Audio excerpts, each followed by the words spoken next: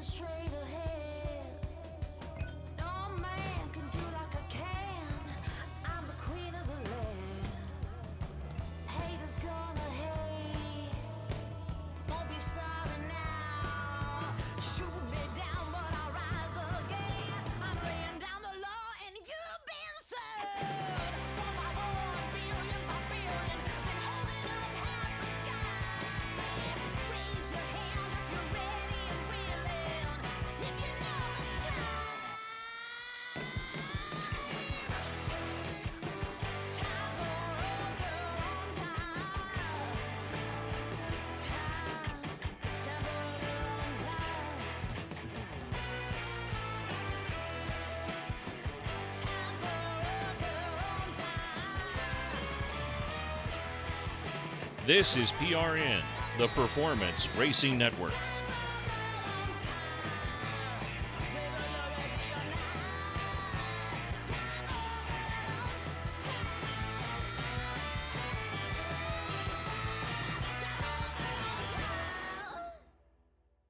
This is PRN, the Performance Racing Network.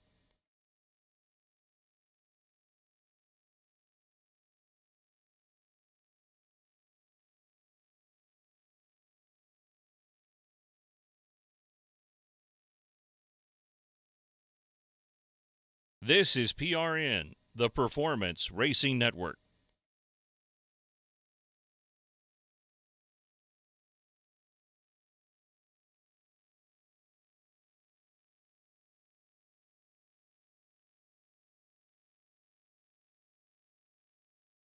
This is PRN, the Performance Racing Network.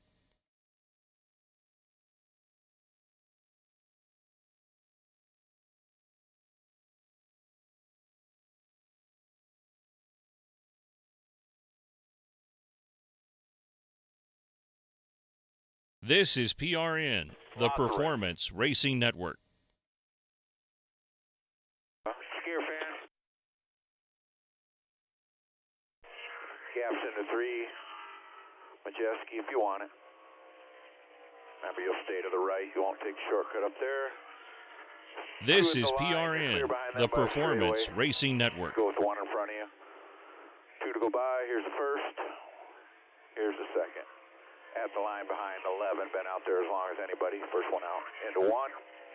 Gear fan on. You're clear. 11 has a gap behind him if you need it. Half a straightaway. This is PRN, the Performance Racing Network. And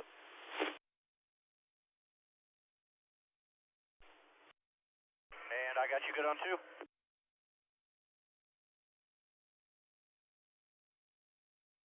This is PRN, the Performance Racing Network. Rolling outside, we'll go with him. Let him go, we'll go with him. You can follow him. Perfect. Go with him right here.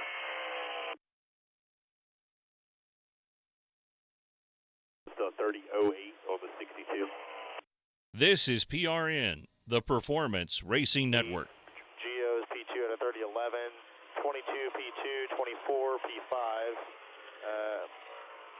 33 is P6. Gear fall off right now from 1st to 10th is an 08 is P1, and then 10th is a 43 by Majeski.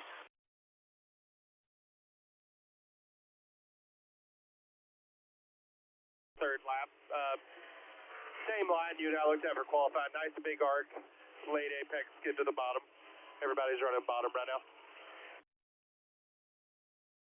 Gotcha. That's quick. Track's fast.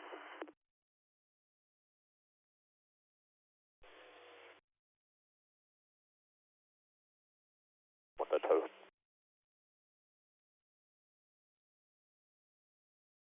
30-31.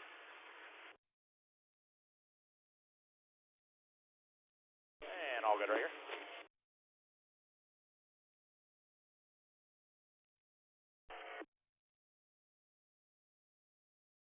Big surprise.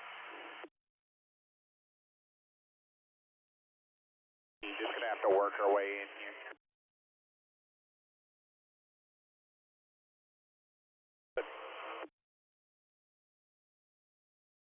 Remember, you have to use the access road here. Looking for a hole into 3. You can drag from here, drag hard. Just drag real slow. 9 truck at the line. It's a pretty good hole in front of the 99 there. Still 4 more to go. Hang on. Mid 1 and 2. Dig hard, dig hard. 1 more to go by you.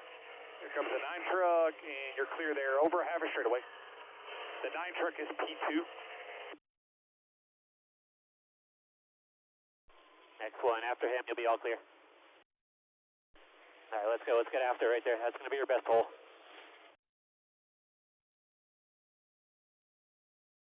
What that is, maybe the 16. The 4 is about 20 back here. If he gets you, we got a big gap behind him. We'll get behind him. Get low there. Let's let this 4 go by in the front. Let him clear you, and then we'll go gear fan on. Just stay low and let this 4 go by. After he goes by, we'll be good to go. Yep, up and go here.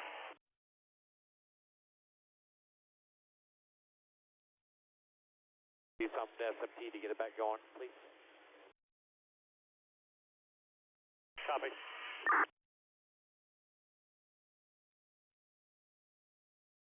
Four.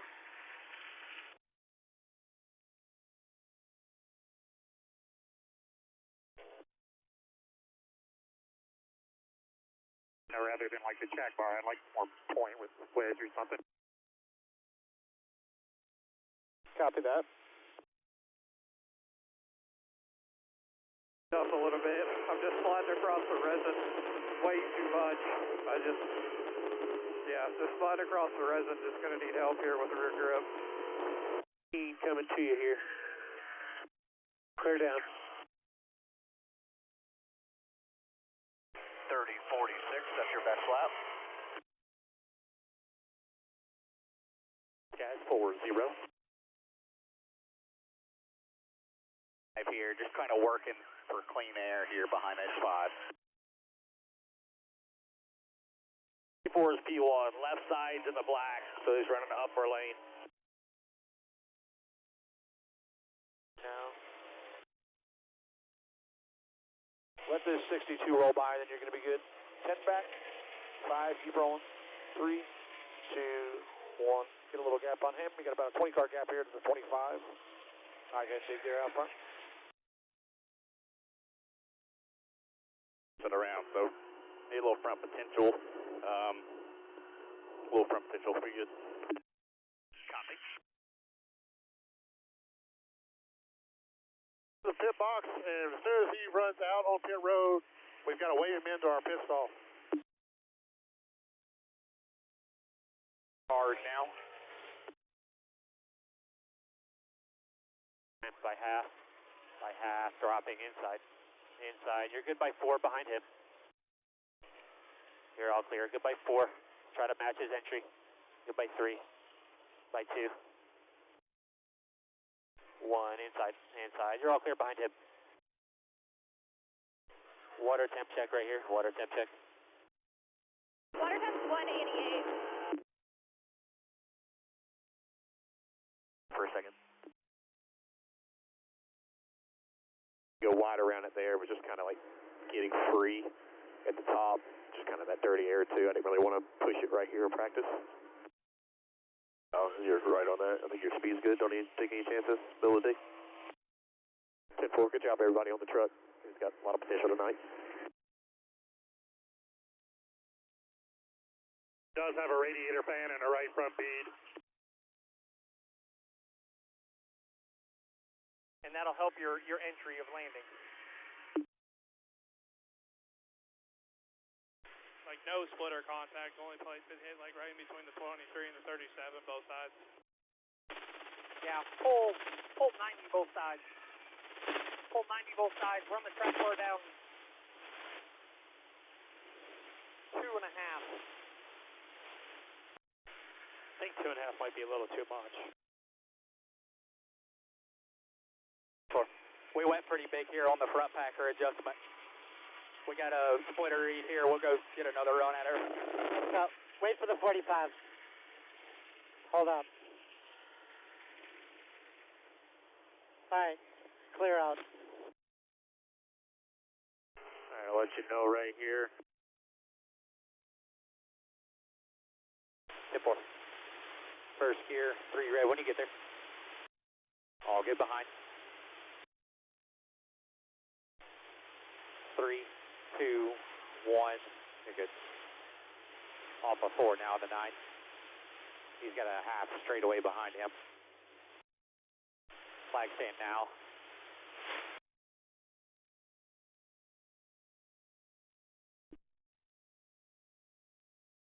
Packer, little sway bar, half round on left rear.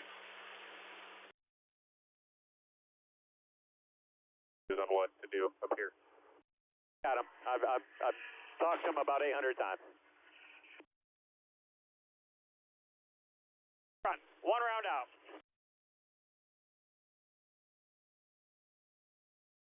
Some. Over there. Yep, 10-4. We're at the ballpark. We're top 3 pace on the laps we ran there, so I think we're okay.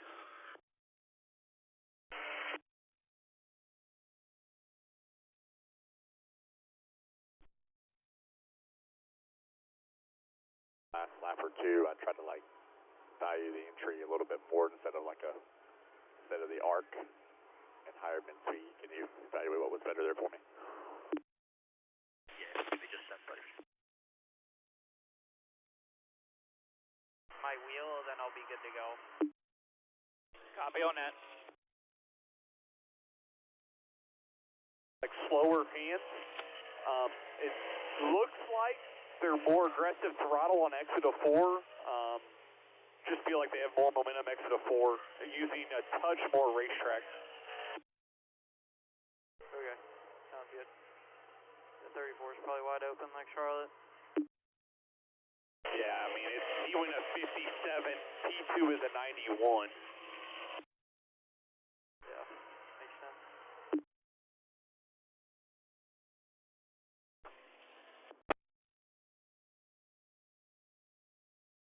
One. 31 best, P2 or P3 truck right there. Copy. Big time momentum track here, so the earlier you can roll into that throttle, the more speed you'll carry.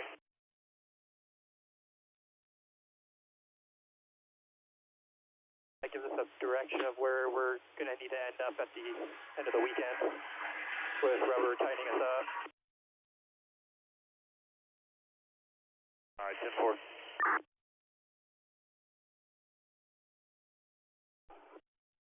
Yeah, copy. 45 and 69 are off of 4 now. There's a pack of 4 going over your shoulder. Then the 1, then the 45 off by 15. The 1's going there. The 45's off at him.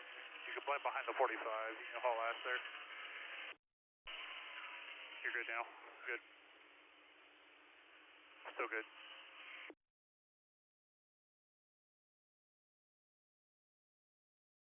Yeah, you might have to adjust your wheel here. Don't be alarmed if you have to. Copy.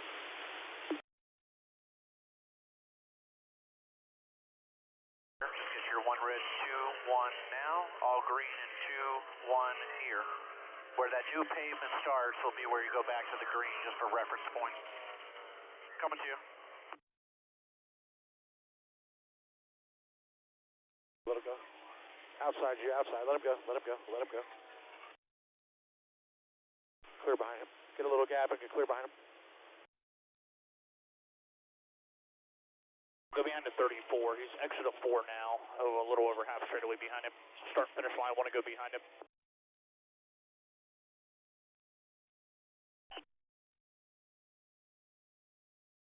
All Dawson come through there.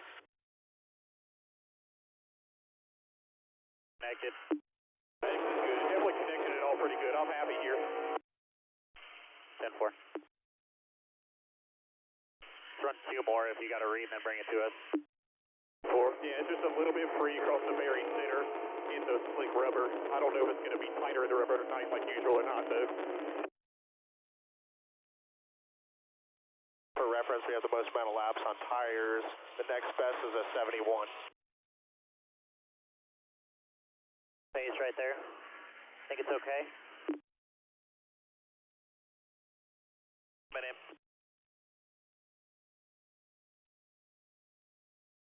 Best guys in 3 and 4, obviously they're able to get right down to that yellow and keep it, and keep their right sides, you know, into just below that black all the way to the exit, where obviously we're starting to slide up a little bit. Yeah, so basically I'm tight off the wall. I can't get to the bottom, and then as soon as I let out of the gas to try to get to the bottom, the truck snaps really bad. Yeah, 10-4, pal. I know you're fighting some stuff in there. We'll keep working on it.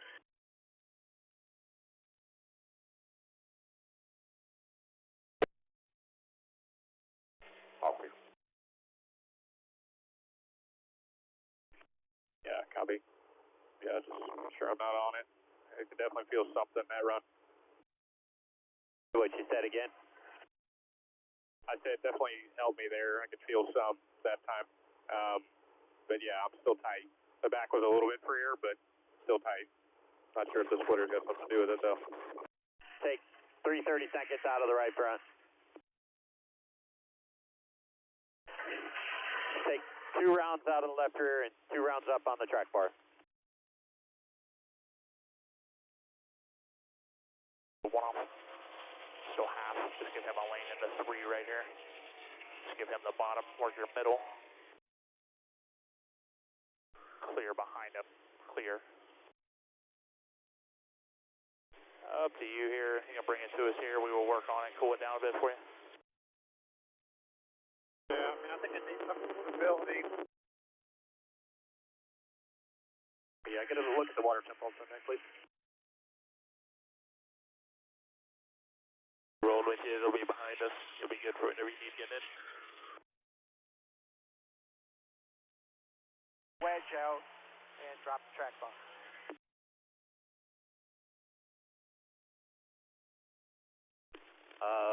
And then as the rubber is starting to get laid down, right there, if I get on the brake pedal real hard, I get loose on the rubber. The more I move up, the tighter. So we got to get in the corner better. We're not so good getting in.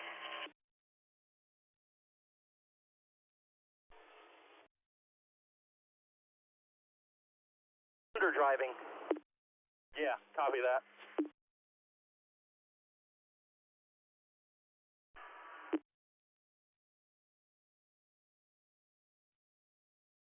Put on the snap, and then I got to work on that splitter, and then I might be able to help that entry. Up to speed was a little off, so it's going to be a little bit slow. Don, I mean, you saw the 7 there, so we're pretty far.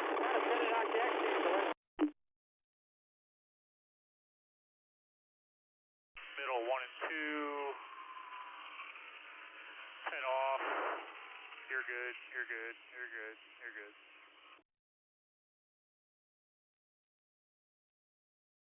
To the corners, I think that gets us behind. Copy. You related to the magnitude free we were at Dover, and need that much, or need just a little bit, or kind of walk me through that so we don't over adjust for the race and get too tight exit? Currently it's more of a skew sensation rather than like just, a bunch of lateral grip loss. I think the times that I find the big jumps of lateral grip loss is just really hustling, like really deep in or pretty hard on initial throttle. So I'm just sitting like right at the limit of the right rear tire currently. I would call it 2 numbers at max. Copy all that. How's your ride quality over the bump? Really smooth. Ready?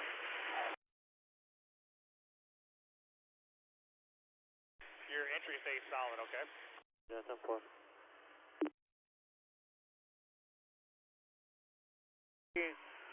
35 you ran a few laps ago probably wasn't terrible. I think we need to find a little more to be the best, or be right there with the 34. So right now, if you had to work on anything, where do you feel like you're losing the most? My SMT quit working there, as it does every weekend.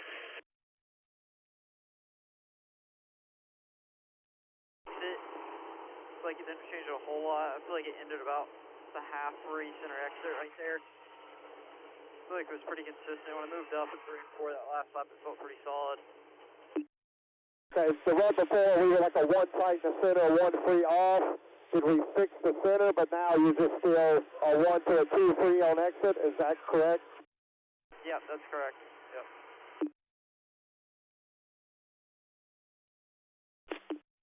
Yeah, you did. 24.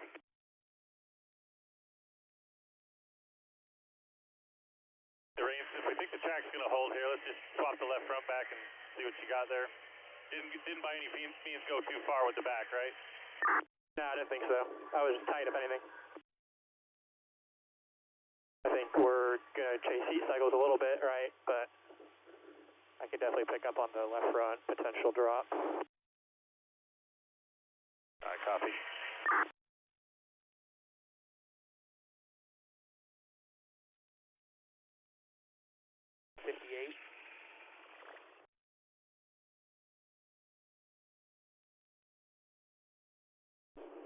I think we need more turns, preferably with the steering wheel in the center of the corner. So that was better. That was better than run 2. And at the end of that run, we were in that probably 1 tight. If you balance everything, we fired off probably, in that 1 loose. You factor everything in together. But yeah, the center of the corner is still my problem. Just the center, probably 3rd of the corner. Red's out for rain. That's good. Off the wall security's okay. I would say almost like a similar sensation as Charlotte, where as it starts to pick up lateral and vertical into the corner, the rear end steps out, and it's manageable. And then we get to the center, and it picks up like an understeer, and I just finished the corner with just some front tire scrub,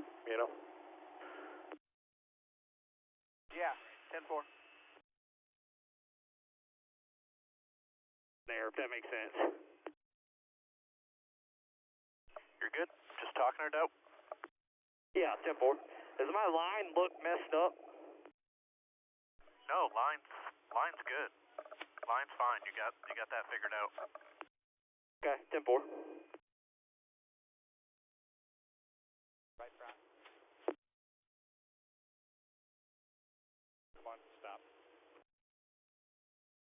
Cool it down.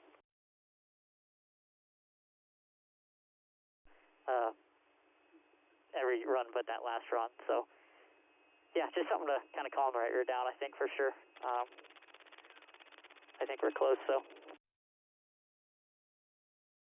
10-4.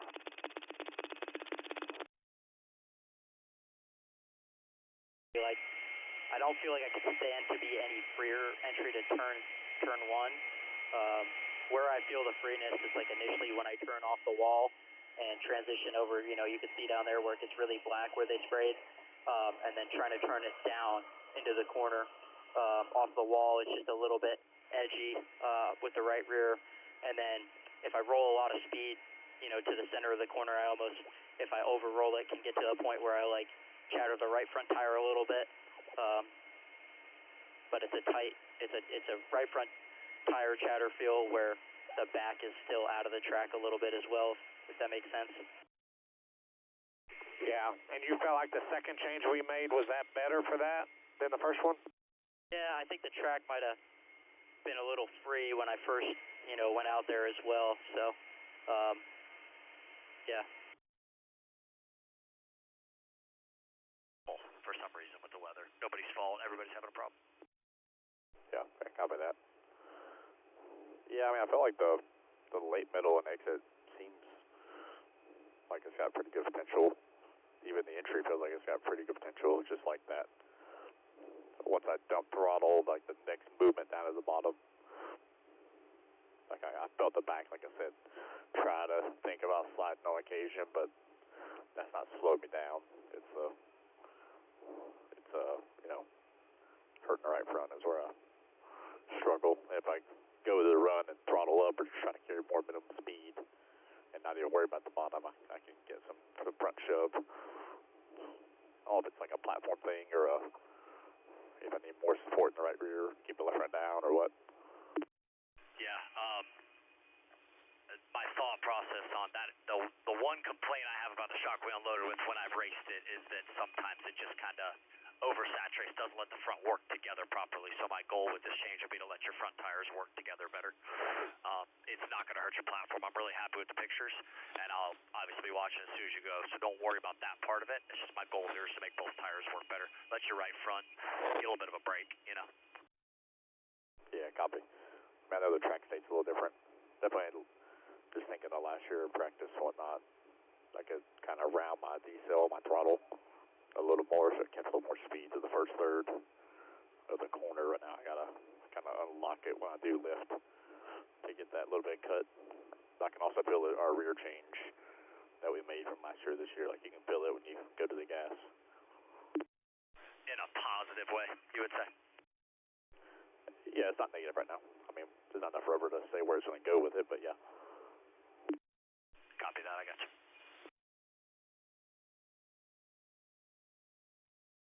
70 maybe when you left.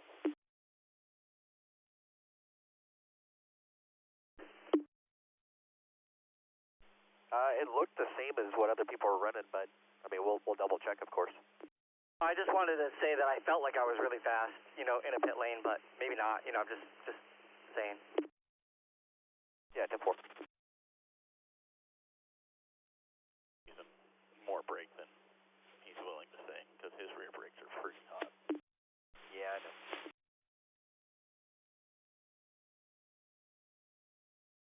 So, tracking in the right direction. I'd like to see 3.5-ish. Yeah, 10-4, I got you. No problem.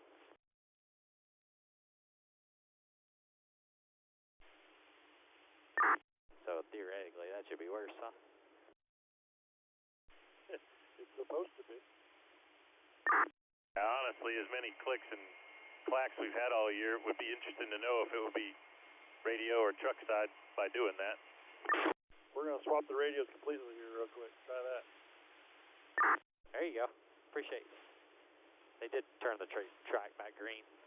20 minutes remain. Static. Ending. 20 minutes left. The truck with wider than you.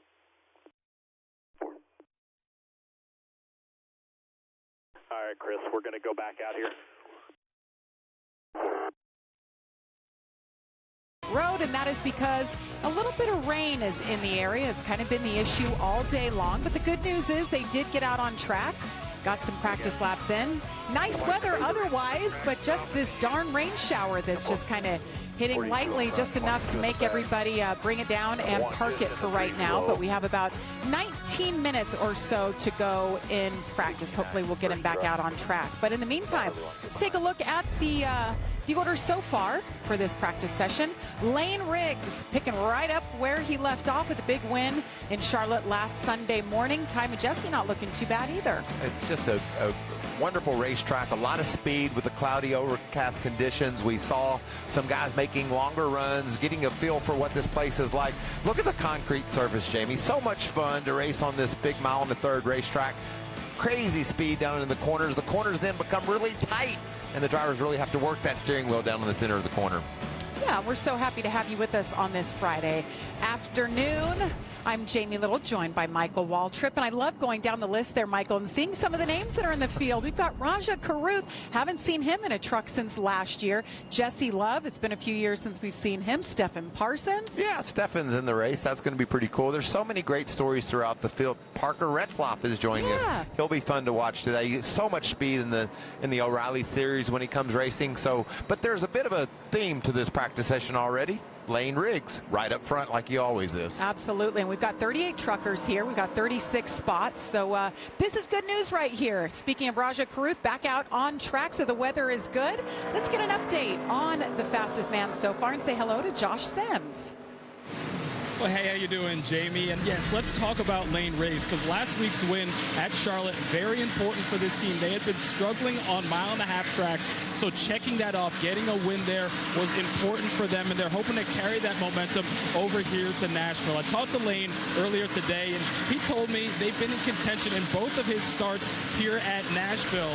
In fact, last year, if they don't have issues on pit road, they felt like they could have been the winning truck here, so they came back with a similar setup so far during practice. Like you mentioned, Jamie, they have been top of the board. His only complaint in 3 and 4, they've been a little bit tight. They've made some adjustments. Otherwise, he said that truck is really good. And one thing to know, Lane told me his dad, Scott Riggs, won here 3 times. So he's been hearing about that. He really wants to get a win at Nashville and get that guitar, so that's not held over his head. Oh, Josh, I remember telling that story last year because Lane was so fast, and the one thing that kept him out of victory lane, pit stops. Well, you know, pit road is difficult to get on and off here, and it's just a really challenging racetrack altogether, and so you have those problems on pit road, and it sets you back. But no problems last week. What a fast truck he had, and what a great job he did when we hit the banks finally for this great truck race. 2 days delayed, and what a race it was. Hard to keep it green. You see his teammate Chandler Smith going around and brings out that caution.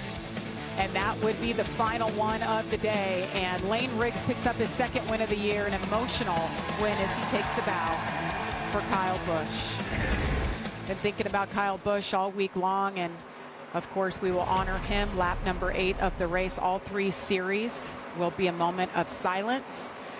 And Lane Riggs now heading back out onto the track. So this is good news, Michael. We want to get this practice time. We race here once a year, concrete track. Things are just a little bit different. Talk to some of the crew chiefs, and they're just not sure what direction this track is going to go tonight. So getting these adjustments and getting a good feel for it's important. You know, we talk about Lane Riggs and Caden Honeycutt. They've been the story of the trucks all season long. And then Ty Majeski. If it weren't for the inconsistency of his team, we would say he would be one of the guys that are part of the story too. But you see Honeycutt down in 5th spot there. He was the first truck on the track, and he went back out the second time and ran his fastest lap on lap 14. So despite the fact that Lane Riggs is fastest, I think a lot of people in the garage area have their eye on Caden Honeycutt because of that long run speed he showed there. That truck has been good here with Corey Heim the last couple of years. They've led a lot of laps, but haven't found victory lane yet. So I know that's important to Scott Zipadelli, the crew chief, as we ride on board with Ty Majeski. You talked about his season, Michael. We look at his the ups and downs. It looks like a heart rate monitor. Still looking for that first win of the season. Look at that focus. I love that. I just never will get over this. As a racer and former guy that has raced at this racetrack, I just look at his eyes, the intensity. This is practice. We're practice, Jamie. We're talking about practice. And he's just focused. He wants to not only try to make the best lap time, seeing how the air off those other trucks affects his truck, but also feel out how the track can widen out. You saw he wasn't right down on the bottom of the track there, just sort of up in the middle to the upper groove. And that's good for us. We like to see these trucks be able to move around. So he's feeling everything he can about that truck. Not only, as I said, trying to make a lap time, but also give his team a report as to what his hind end is feeling when he loads that truck up in the corners and works that wheel. I love the clear visor. I love when drivers wear white gloves. It just gives us a great indication of what they're dealing with as we take a look at this season. That's crazy. Ty Majeski. I don't think we've ever seen anything quite that dramatic about a guy that has the speed to win week in, week out, but yet can't seem to put it together in back-to-back weeks. It's really been crazy to watch. And the thing that I love, though, as a racer, he's got speed. He's going to be right there competing and contending for wins. I don't put him quite in the Lane Riggs, Caden Honeycutt category right now, but he's not far off. A couple of second-place finishes. I have no doubt that at least by midsummer, this young man will be going back to victory lane. He loves the short tracks. That's where he prevails. Well, this super speedway here in Nashville races a whole lot like a short track. I talked about the crazy speed, but the corners are tight. When you get down in there, you really got to pin the thing to the bottom to make great lap time, or the premier lap time. And it really is interesting to me how much you feel like feel that truck loading up down in the corner. Shot of Daniel Hemrick. McAnally Hilgeman Racing. They've got to feel good about things here. This is a place they have run so well at. You remember the man who drove 19 a couple years ago, Michael, what he did here? Led every lap. How about that? Christian Eckes was perfect that day. And then Daniel Dye, who's back in a truck this weekend, he ran second to Eckes that day. And it just has to tell you, if you do that, a guy puts on a performance like we saw, and Daniel Dye runs second to him within 10, 15 truck lengths, that's got to build confidence. Anything you can do to have success and be able to show speed, it just helps you week in and week out. And Daniel's back in the truck here giving it a whirl. That was certainly a breakout performance for Daniel Dye, Michael. I remember you talking about him. You got to know him pretty well on the golf course and behind the wheel. Of course, he was full-time in the truck series last year, moved up, or 2 years ago, I should say, moved up to the O'Reilly series. So there he is. Champion Containers on that 20 truck. Able to make some laps here early in the session, down in the 24th position. So trying to find some more speed in that number 20 truck. 5 trucks here for McAnally Hilgeman Racing. Well, when you haven't performed to the level that you expect, it's nice to have all those data points to be able to listen to the drivers and understand where they think the trucks are off. And they had to circle this track, Jamie, McAnally Hilgeman, as a place where we got to perform. We know we've done it before. What are we missing? Why can't we have the kind of trucks, the kind of balance that we need to go win? We'll see how it goes. That beautiful blue truck, the number 11 of Caden Honeycutt. He had a great run here last year. He was behind the wheel of the Nice Motorsports truck. And he has been on a roll as of lately. Look at these numbers, Michael, and what he's done. Got his first career win. Finally got that breakthrough. See 4 top 5s just in the last 4 races. Average finish of 2.5. This is everything you want to have early in the season, and just week in and week out. He jumped in a truck that was really fast last year. That's a little bit of pressure, but I think he's up for the challenge. Let's see what's going on with his radios. Felt like it took off a little bit better. Still had the front end kind of dart around not dart, but in traffic, just shattered the front tires a little bit, trying to wrap. I feel like I kind of lost right rear prompt. Is where I feel like the loss was. Just felt like it was kind of flat like last week. What do you think of that feedback? I just love it. You know, you want to break it down to every nth of preciseness and detail that you can. And he, you know, darting, maybe that's not what he meant, so he corrected him. So just moving around, just trying to explain to the team exactly what he's feeling and what he might need to make sure to go faster. What about that 13 truck of Cole Butcher? jumps up into the second spot. And that was on his 14th lap, so a lot of speed in this truck as the laps wind down. That has been the story. Great job for Cole Butcher. Low throttle time, all clear.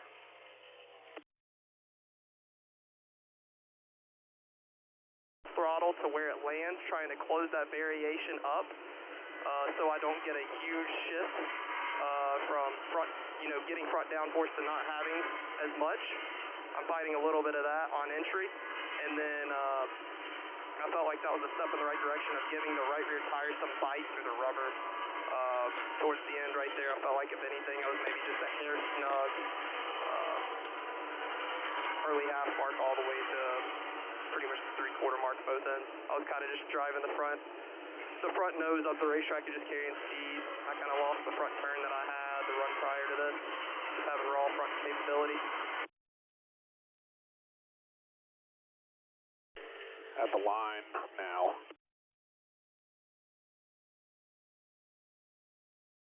For now, outside and all clear. Just into one is the next one. All clear, all the way up.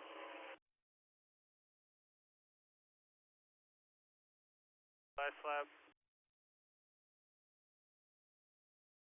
Qualifying run. 10-4.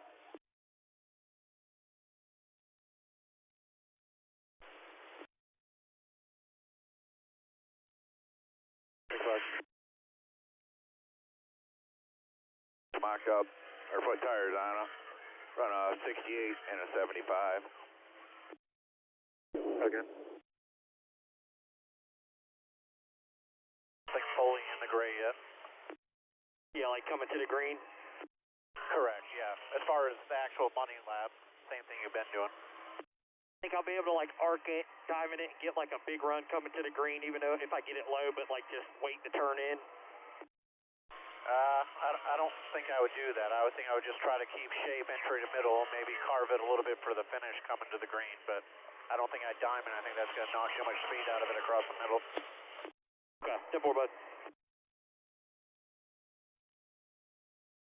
Think about it here. I don't know if we got time to mock. We got 6 minutes, I doubt it. If you want to, we can. I can get the adjustments back. Let's try. Cool it down, Cam. No, I'm good. We can take our time here, get everything right. I'd rather do that. I'm down with that. I don't want to go back out and race trim and jack everybody else up, though, That's the only thing I'm worried about. Yeah, it's all good. Well, I'm good here. We'll just put it back kind of how we unloaded. I thought was probably the best, and talk about it here. 10-4. Pretty encouraged by the fact that we kind of drove away from the 11 there, and he had a little bit better tire, and the 34 is even starting to come back to us. He's going out now, so I'm going to look at it, but his last lap at lap 23 was a mid-40, so I think we've closed the gap for sure.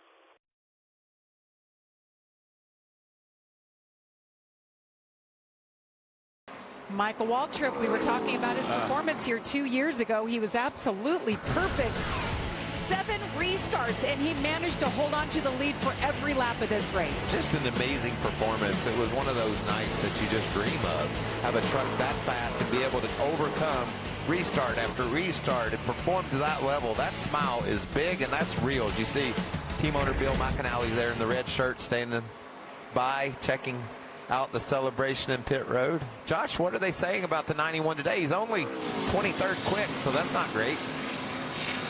Yeah, and that's the thing about this 91 truck. Christian Eckes has been chasing that performance in that year they had back in 2024 all season long. They were hoping to build off of Charlotte, a really good run. Felt like if that race went the distance, they might have been able to contend for the win. Now coming here to Nashville, given that performance 2 years ago, they believed they had a good package. They felt like the race would be very good for him, but Christian Eckes came over the radio a little while ago saying the higher he goes on the track, the tighter he gets, just too tight to do what he wants, really struggling on entry as well. And like you mentioned, Mikey, he is 23rd on the board in speed, so far a disappointing practice session to a guy that had been dominant at Nashville just 2 years ago.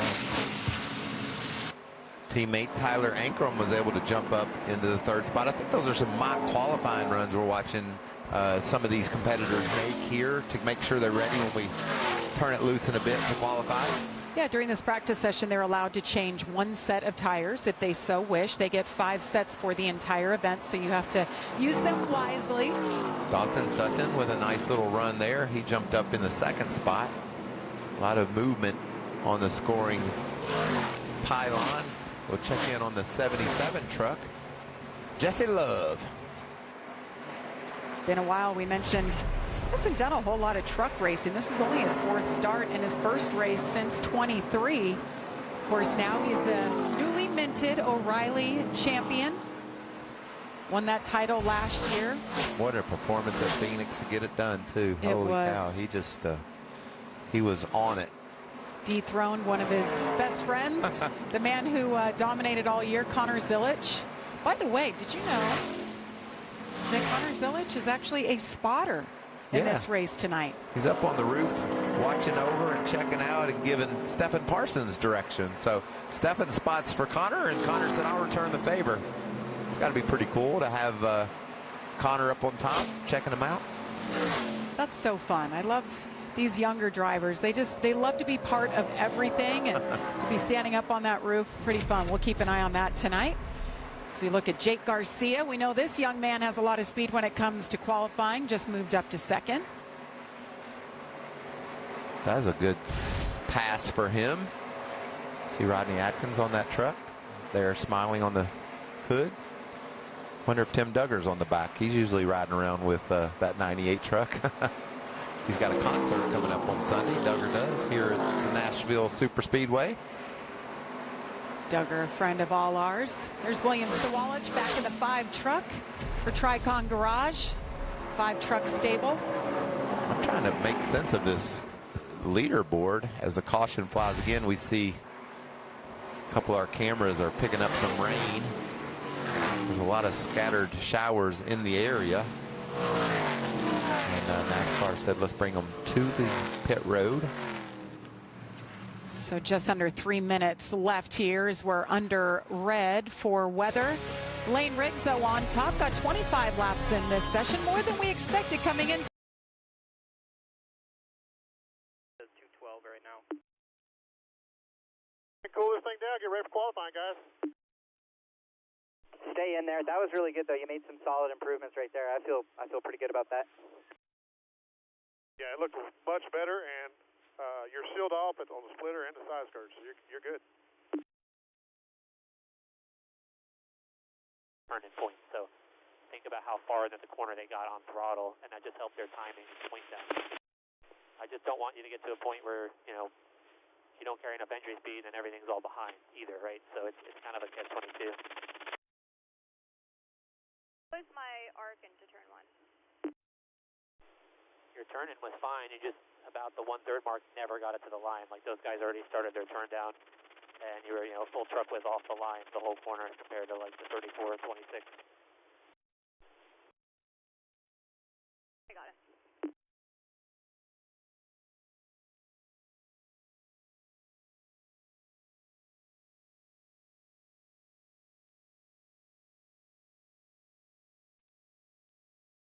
Not being settled. Does that make sense? It's easy. We're just making circles. Yeah, exactly. Anyone can do it. I watch it on TV every Sunday. I'm better than all of them.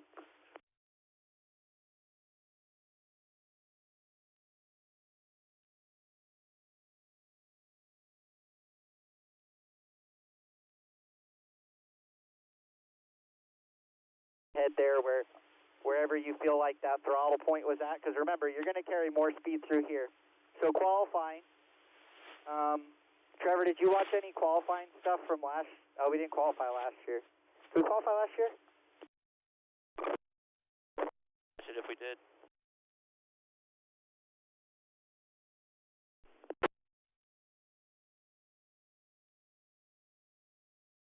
So he tells us to take them off.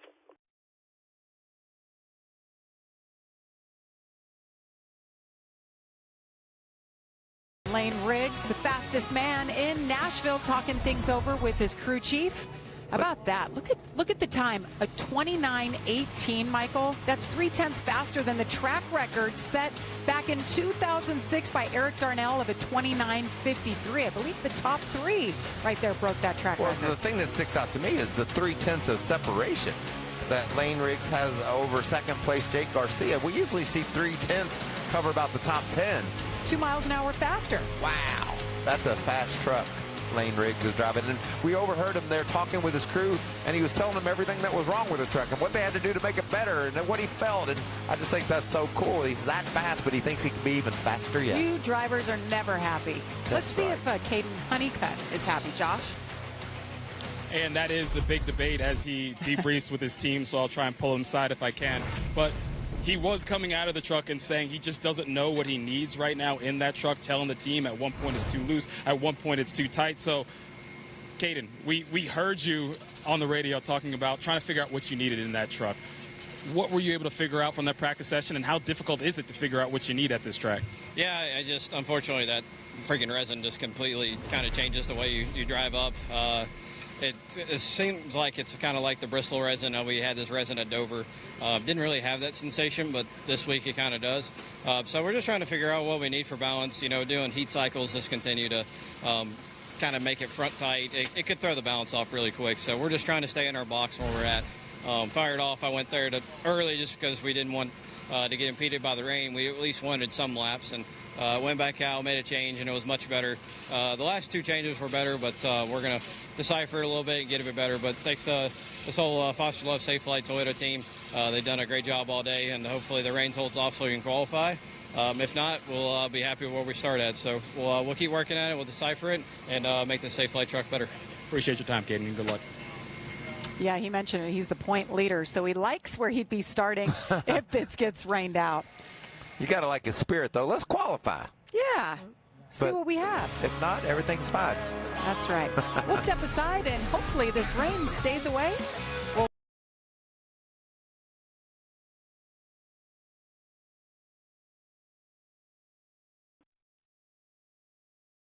Leave it for qualifying. 3 minutes left in adjustments. 3.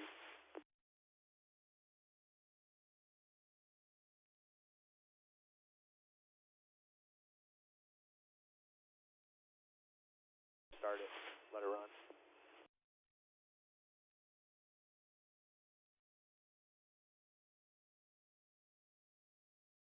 Off.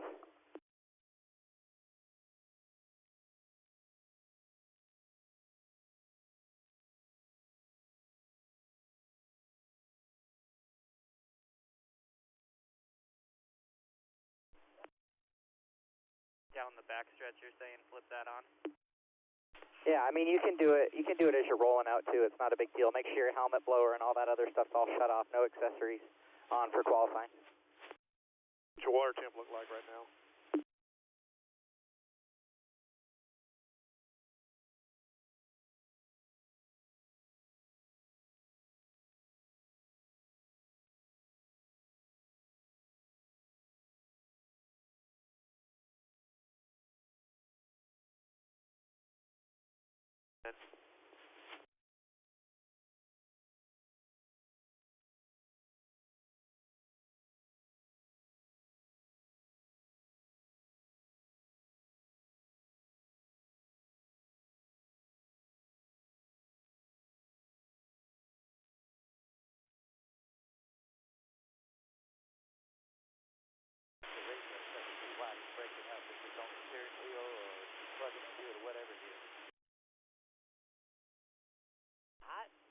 He's not breaking up on me. I hear him, but I will check it.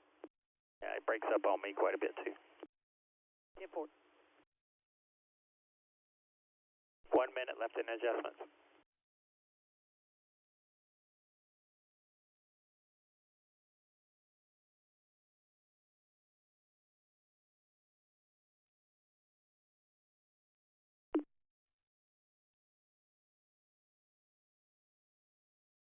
Reds. I'm into some baseball. Yeah. Lots of baseball this weekend, a lot of racing action. Triple header, huh? Yeah. So this is race number 11 And you see our playoff standings. We got a bubble watch. How about our points championship right here? Pretty close on the top and close on the bottom. Yeah, look at that. It's just that time of year all summer long. You're going to look at those points and stare at them, Jamie, and say, they're not changing, but I'm going to keep looking at them. You know, right. You study, you try to understand what you got to do, what you can do at the end of a stage to gain more points to help yourself. Well, Grant Enfinger, 15th. He needs things to go in the right direction. He needs a solid night, Josh. That's right, Jamie. 32 points below the cut line right now. Do you feel like during that practice session you figured out if you have something you can compete with for tonight? I definitely think we got a pretty good Grant County Motors Chevrolet today. Probably the best truck that I've had here, and I've had a couple probably capable of winning. I still think the delta between us and like Lane is probably too big right now, so we got to go to work on that a little bit. But honestly, I think this is the best we've unloaded so far this year. I can't say enough about everybody at CR7 Motorsports for having my back, having Derek's back throughout this year. It's been some bad luck, and honestly, just our performance hasn't been there, but it hasn't been from lack of effort. So everybody's kept on digging. And I think this could be the weekend where we turn things around. We said that a couple of times this weekend, but like I said, I feel like this is the best we've unloaded. Feel like in race trim, and then we did a mock run there at the end. In general, it's got a lot of grip. It's got I think everybody's got a lot of grip this weekend, but I think we got a lot of more grip in comparison to where we've been. And yeah, I feel like we were a top 5 truck in race stuff, top 5 truck in when we mocked up. So hopefully we can build off of that tonight. And that mock run had him 3rd on the board in speed, Jamie. Yeah, looks good. And we talked about just his woes lately. 5 straight finishes are 15th or worse, but he always has the smile, keeps that attitude. Yeah. And I love what he said about how his truck is handling so far. The best they've unloaded. And they can erase that 32-point deficit in a couple races because they got that kind of speed. That's right. We'll be back from Nashville for qualifying.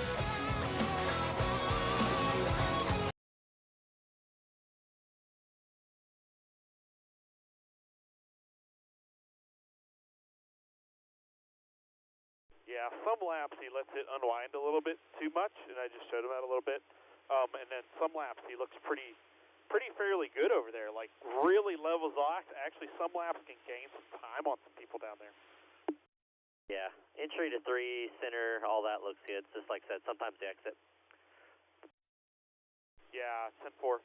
It's all about, I told him it's all about learning, figuring out where your lift point needs to be and modulating the brake pressure to not kill the entry to center speed. And sometimes when he does it, gets it, he's in there too hot and it kind of drifts up the track a little bit in one and he's got to wait for it, you know? Yeah, 10-4.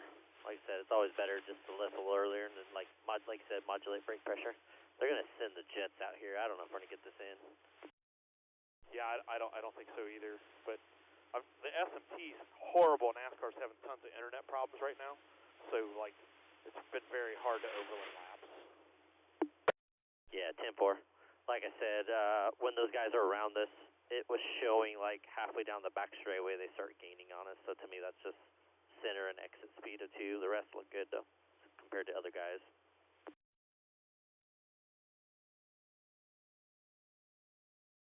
Deckard, don't forget about your alternator switch there as well. 10-4.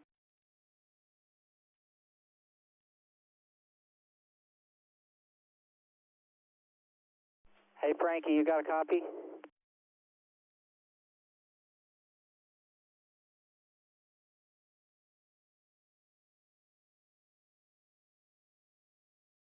I like the fact you're moving around because you're going to have to do that to pass, you know what I mean?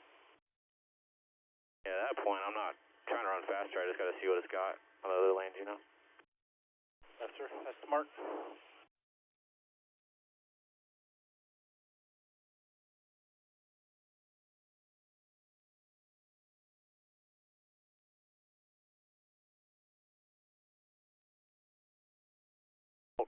And then they wait, but I don't think it's enough to mess us up right now, but you knew the deal.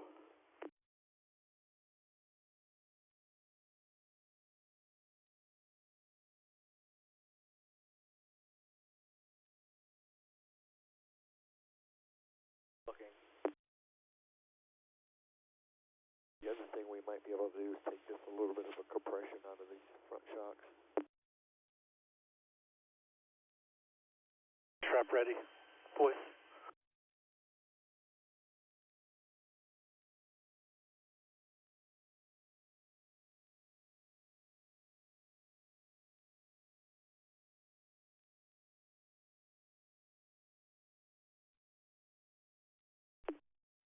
be good. I adjusted for that. I tightened you up a little bit. 10-4.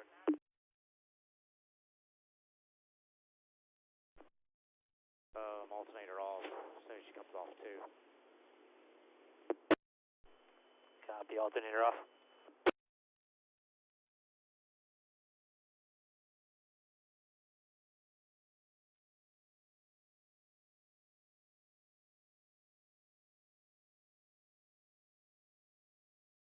Friesen Helmar for this event for Parker Retzlaff.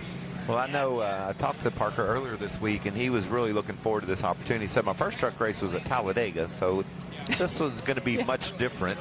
And I'm really looking forward to seeing what the truck's like, getting to race at this. Everybody loves coming to Nashville, man, whether you look forward to the racing action on this concrete track, and there's some people that like to go downtown there on that Broadway thing and listen to country music. So just a wonderful destination for NASCAR.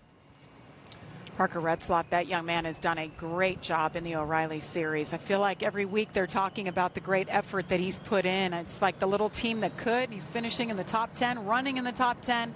So glad to see him get this opportunity with Legacy Motor Club behind him. And Christopher Bell out chatting with them. See, they're rolling out the trucks, getting them in line, and then we got the jet dryers up top blowing the track off. And I feel like we're pretty close to getting to qualify here, but we're rolling out. And I saw this mess down in the corner, some grass up on the racetrack, and I couldn't figure out where, and our crack staff went back through some film and found the incident that happened, and Minnie Tyrrell's leaving the pit there, and he must have gotten sideways and down into that grass and messed up his front end, tore the splitter off, and so they had to take that truck to the garage area. But good job by our producer directors guys finding that video, because I couldn't figure out how that happened, and I bet you Minnie can't figure out how it happened either. It looked like it just got loose down there. Yeah, so Minnie Tyrrell took it back to the garage, and of course if you take it back to the garage during practice, then you cannot qualify, so he'll have to start in the back of the field. So while we remain under a slight hold here, let's hear from Stuart Friesen. Josh. Yeah, Stuart Friesen down here. Christopher Bell, he's been a part of this team all season long. As you guys get a chance to debrief, and you got Parker Retzlaff out here, what is this like, having this team work together this year? You have guys jumping in and out of the 62, but C. Bell seems to be a big part of the team so far this year as well. Yeah, definitely. Awesome to have Christopher with us. Parker's done a great job in practice so far. Jimmy and Zach and these guys have done a great job on the 62. 52 guys are good. Like, we had two really good trucks, I feel like. So adjusted a lot on it during practice and learned a lot about what we can do with the balance. I think Parker's pretty comfortable inside. He's a heck of a race car driver. So thanks to Sports Illustrated for being with us, and Legacy and everybody at Helmar International. It's a big group right here. Al Hankey and Mohawk's a big part of it as well, and we're building this thing in the right direction. So it's two trucks, but we work back and forth just as seamlessly as one team. So that's the goal, and we'll keep building. It felt like this time last year was when you really got hot, which led into the win at Michigan. Do you feel like you guys have it in the stable to be able to make a run like that again this year? I certainly hope so. The last couple weeks haven't been great for me personally, so we need to make some stage points and start climbing back up the ladder there. And we're a summertime team. I've always been a summertime driver. I feel like it takes me a little bit to get rolling. So happy with the truck today, and excited with where we're heading. Thanks and good luck. And Jamie, when I walked over, he thought I wanted C. Bell. I said, no, Friesen, you're the guy. We want to talk to you, man. Yeah, it's good to hear from Stuart Friesen. Got the pole here a couple of years ago in 2024, and he was talking about the two trucks and how close they are. They were 13th and 14th on the speed charts in that session. So we're just under a brief hold here, and we are hopeful we will get trucks on track for qualifying for tonight's NASCAR Craftsman Truck Series race coming up at 8 Eastern.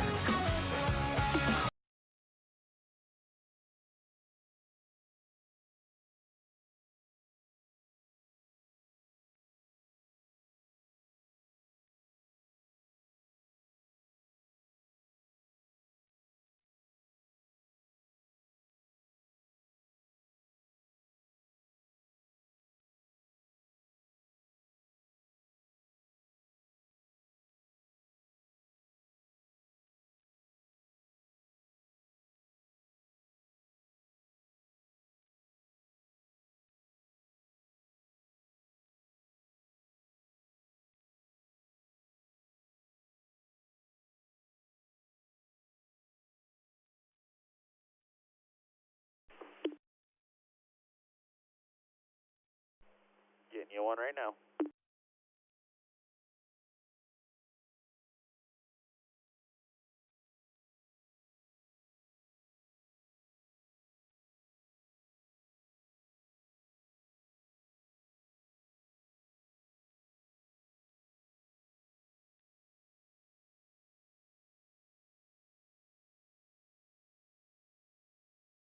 What do they do? Do they take some from practice? That's what I'm trying to find out with Seth right now. So apparently they're saying that they're going to set the field based on practice speeds, which should send the 93 and the 69 home. I mean, if I was in Seth's spot, I think that's what I do because it puts the guys they want in the race, right? The 20 and I can't remember the other one. Copy.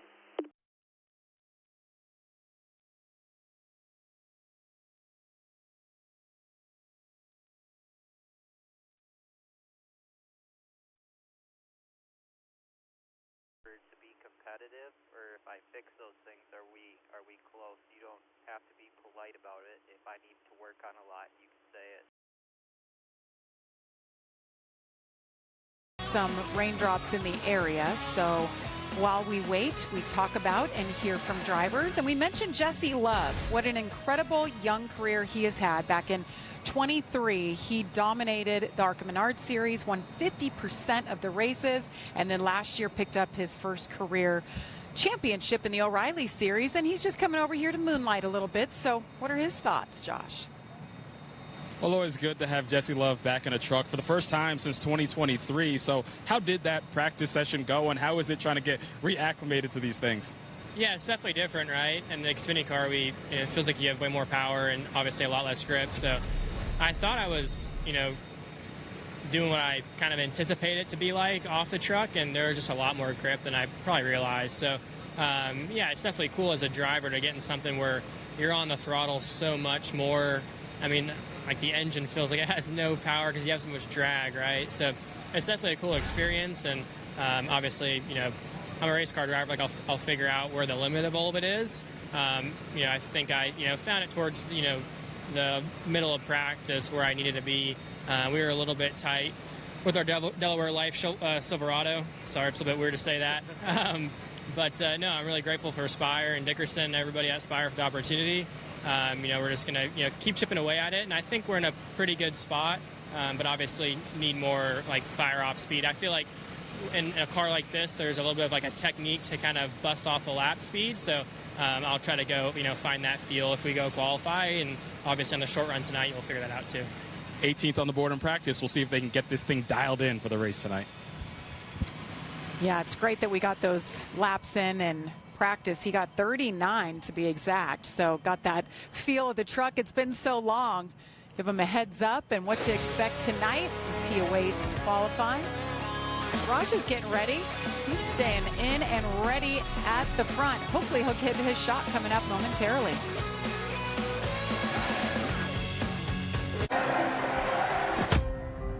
To dream the impossible dream, to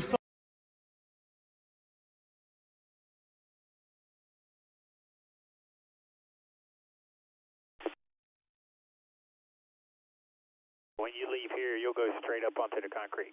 No access road. 10-4.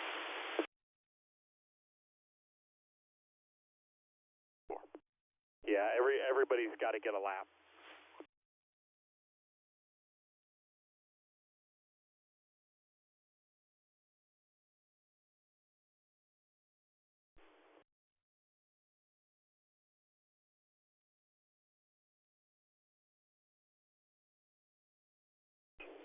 Off.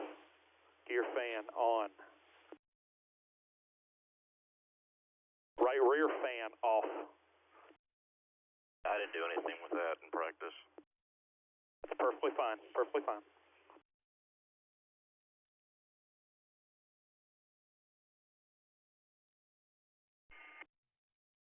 Good for noted.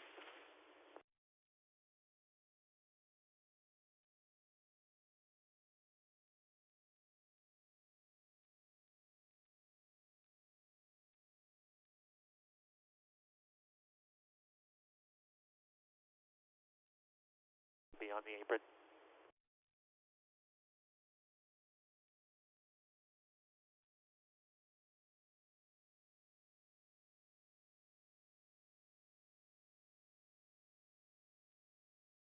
Can you take this windshield cover off so I can see the lift points?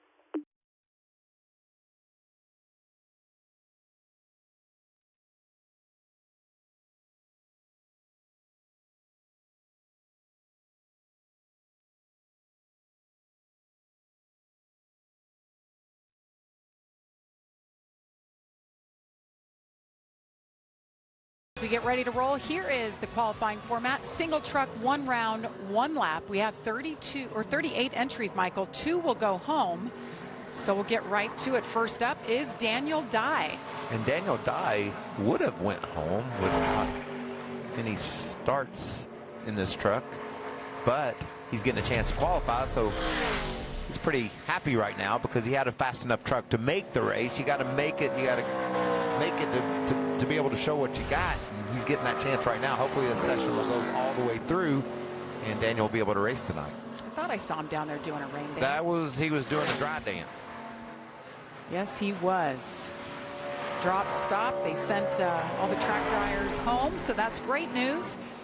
But I will tell you this, as a racer, when the track's been a little moisture on it and they put the track dryers out there and then they pat you on the back and say, go get them, buddy. Give it all you got. That's a little bit of pressure for a young racer to tackle. Hadn't been in a truck in a while, and he delivers 29.35. Next up, Jonathan Schaefer making his first start since 2023. Ran here back in 23. Talk about a lot for a young driver. Doesn't do this very often, and it's been a few years. You see him sliding up the racetrack right there. Michael, what does it do when you get a little bit of rain like that? Then you send the track dryers out there and they're throwing all that, well, the gasoline, the fire, all those things you hear drivers talk about. With it lays down some debris sometimes. You have to put it out of your mind. You have to just go, you know it, but when you leave pit road, the exit of pit road and getting up to speed and going into 3, all those things are important for the racer to run that lap. I mean, Daniel Dye went a second faster than he did in practice, and he set a new track record. That was awesome performance under pressure for Daniel to go out there and do that, and it just tells you how focused and ready he was, and what importance that first lap coming to the green plays to build that confidence, continue to get more and more comfortable with what you're dealing with, and Daniel did a perfect job there. Here's Tony Breidinger. She's kind of going back and forth between 2 different teams this season, part-time. She's with Rackley Ward here today. Second truck for them, her 3rd start of the season. Jonathan Schaefer picked up over 0.8 of a second, or nearly 0.8 of a second on his lap, so good effort there for him as well. This is important. You know, you want to make sure you try to put down the fastest lap you can, especially if you're these guys that are racing just to qualify, just to try to get to race tonight, to get that privilege. There's the 93, Caleb Costner. Look at this paint scheme. Booyah. On the side, on the back of that truck.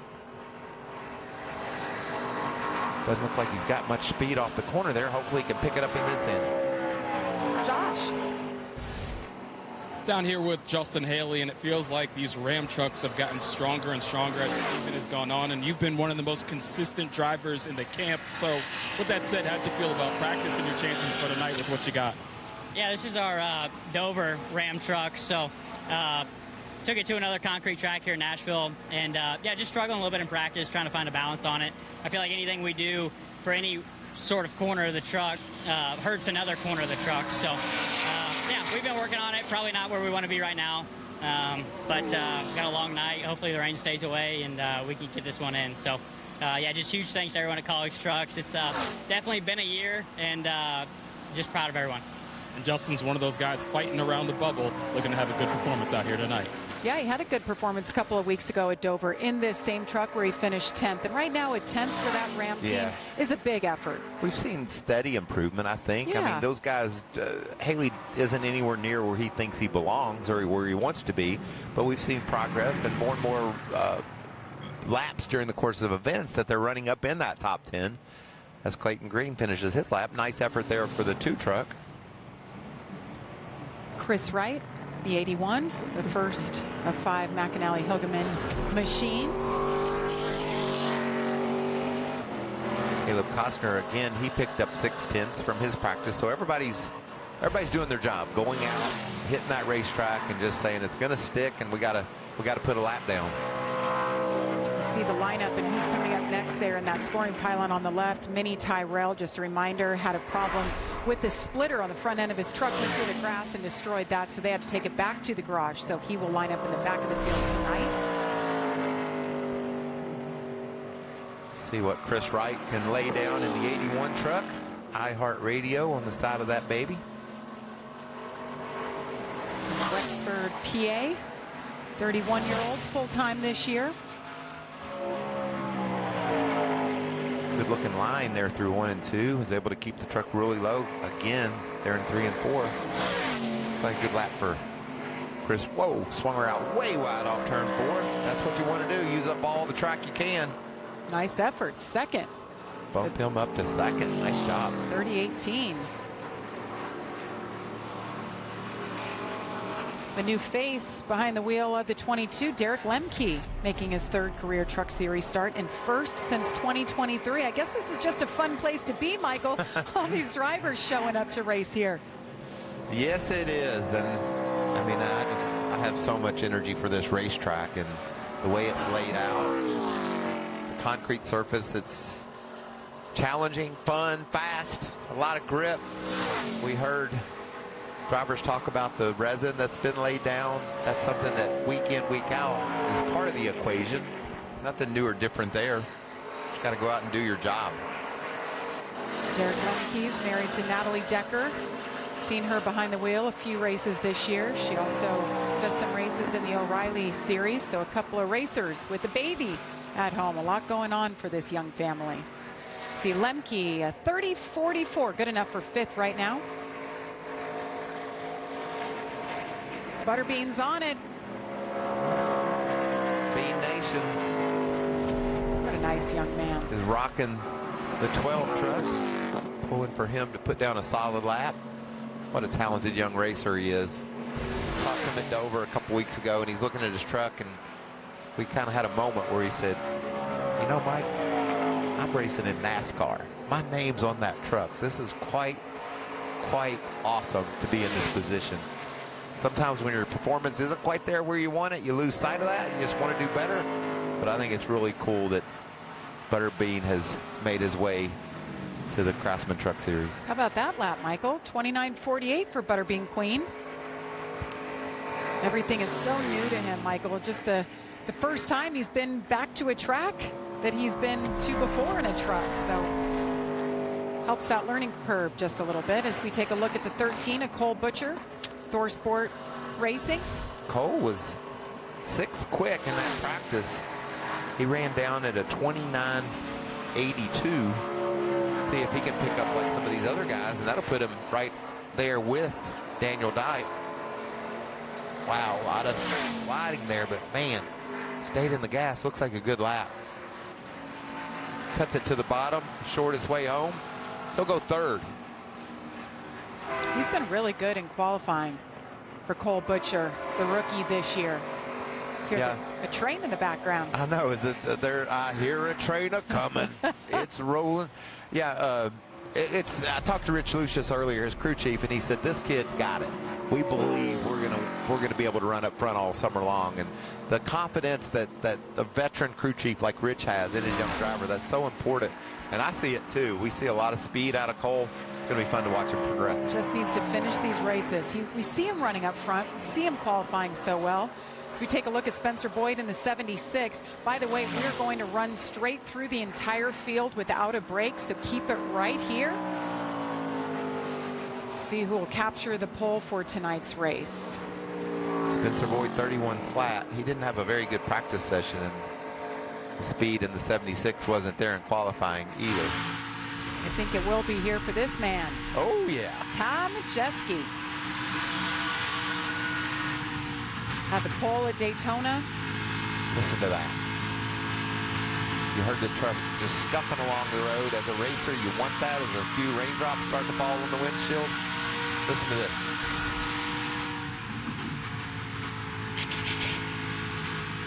That means that truck's down where it belongs. It's not really hitting hard enough to bump you up out of the groove. That's what you want to hear. This should be a fast lap. To the top. Oh, yeah. 29:15 for Ty Majeski. He's qualified in the top 10 for 8 of our 10 races this year. You know what that was? A new track record.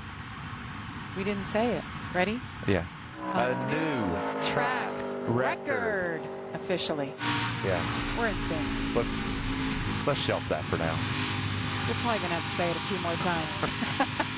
Frankie Muniz in the 33. Frankie, another one of those trucks that was lacking for speed in practice. Oh, you see that truck jump around and his hands react accordingly. I think that's a little bit more bottoming out than Frankie would like, but he stayed in the throttle, dives to the bottom. Nice job, nice pickup. 30.56. Almost a second better than he practiced, so good job, Frankie. And way to hang with that truck. Yeah. It was sort of all over the place. Welcome back to the Truck Series. Raja Karuth, the winner of this race last year. Second of his 2 career wins in this series. He was 12th quick in the practice session, ran right around a 30 flat. See if he can pick up and...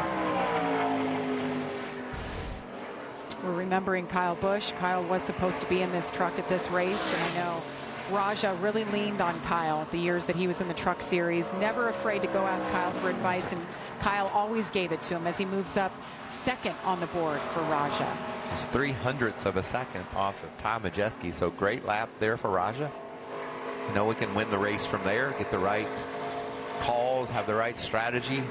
Strategy is pretty straightforward with the length of these stages. These guys will pit at the end of both stages, I believe, is what we're hearing down on pit road, and then have a set lane in case need something for later. Oh, up the track goes Stewie. Stewart telling Josh Sims felt like they had a couple of good trucks this weekend. He had the pole here 2 years ago. See what kind of speed he has. He was 13th in practice. He'll go 5th after that lap. A little bit higher through the corners, I think, than probably he would have liked, but he was able to stay in the gas and come home 5th so far. Dawson Sutton coming up next. Home race for him. He's from Lebanon, Tennessee. Not too far away from this track, actually. And he had a great practice session. 4th quick, and seen some good runs out of Dawson. I look back to Bristol, I think. He scrubbed the wall and was able to come back and run that truck up in the top 10. I like what I'm seeing. Was 11th here last year, Michael. I remember talking about him.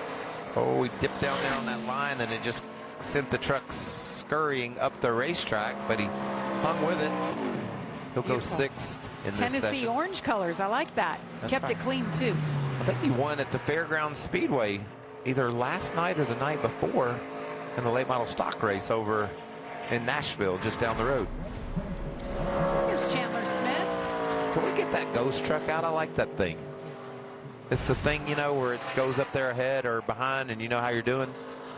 That's fun to watch. Here it is. Is that what you want? That's what I want. Chandler got the win at Daytona to kick off the season. Finished 2nd at Bristol and had a tough go of it last Sunday morning, Michael, in Charlotte. Yeah, I got loose and into the wall. Look at that lap. That looks like it has everything about it that looks like a new track record. It is a new track record for Chandler Smith at 28.89. Wow. His teammate, Lane Riggs, was fastest in practice. You think maybe he listened to some comments of some of those other drivers and knew the track was ready and perfect for them to go hit it? The benefit of not going out first, right? Listen to the driver's feedback. Ross Chastain has been one busy man lately. Triple duty for multiple weeks. Got that big win for Junior Motorsports at Charlotte a week ago. He is the Melon Man. Is. And he's right there with Majeski. Not quite able to match that pace. Love to see the little bit differing lines between drivers and what works for their truck or what they're comfortable with. Well, what I love about that, Jamie, is there's options, and that's how much more fun that's going to make tonight. The race tonight is seeing these guys use all the differing grooves and lanes that are available to them. 3, 4 wide. Every restart will have that. It's a 25 truck. It's the all-star truck, and here it's Carson Ferguson. Wow, he got loose, but he was on it. Michael, he was in that race for the seat show. He finished second to Minnie Tyrell. So and look what it got him. Matt Collick, Chris Rice, they called him up and they wanted to offer him one race, but he's got 2. This is his second one so far. I like the way he's hanging that truck out. It was very aggressive. Got a little bit loose with him, and it's going to cost him some time, but still gets it down in the 29-second bracket. Good run there for Carson. They just announced that Connor Daly will be behind the wheel at IRP here coming up next month or a few weeks from now. Connor just finished 12th in the Indy 500, so that'll be pretty fun to watch him at his home track over there in Indy. Andres Perez had some issues getting through tech, we're told. Yeah, we were told that it's a backup truck. The primary was so out of whack and could not get through tech that he's in a backup truck, which you and I both said we've never heard of such a thing. And this is a truck that's full-time here every week. Come with speed. We talk about this young man, Andres Perez, week in and week out. And look at that. Backup truck up to P5 in this session so far. Great effort. Great job by the Nice folks and that team coming with the backup truck that's prepared that well. Hit the track and ready to go with good speed. Picked up over a second on over his practice runs. This is a guy that I'm looking forward to watching tonight. Parker Retzlaff. How about this sponsor? I looked it up. Sports Illustrated Resorts. They have 2 resorts and one is in Nashville. So coming on board for this race for Parker. Solid lap. Had a good driving coach that he was hanging out with too. An eventful lap. You saw that thing pointed in the right direction all the way around, and he winds up 4th quick so far.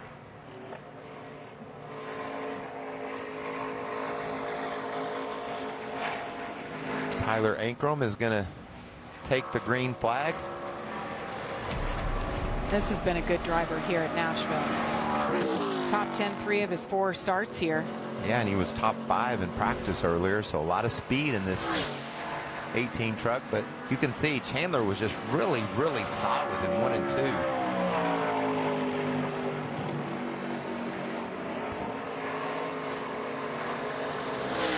This team could certainly use a shot in the arm, Michael. It's been a rough month for Tyler Ankrum.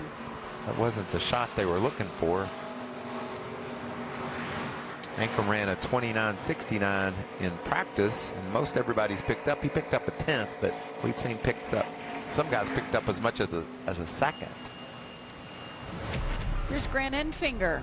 Said it's the best he's felt unloading. Talked to Grant about that, and very confident.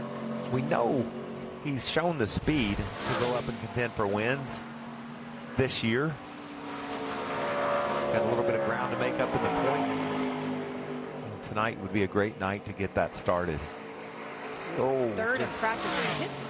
There's a significant bump right there, Michael. Got a little bit loose and slipped up the track, but he goes second. Man, if he doesn't bobble up there in 3 and 4, he might have had something for Chandler Smith, but a great lap for Grant Enfinger. He was right about the feel of that truck and the speed in it as well. Justin Haley coming up next, one of the 5 Ram trucks. Josh just talked to him. He said, it's been a season. That was his way of saying, it ain't great, I'll tell you that. But a lot of patience, I think, is important when you bring a new manufacturer like Ram into the truck series. They know they've gotten better as the year's gone along, but Haley wants to win. He's a winner, and that's what he expects, and he knows he just hasn't had the speed to do that. It's growing pains, right? And they don't have simulation like the big teams like Tricon has, or Oh, and there's Nice, Thorsport. lack of the speed. He ran a 30.16. The fastest Ram so far was Butterbean. He put down a 29.48, so they know the potential's there to have top 10 speed. Tyler Wright from Las Vegas.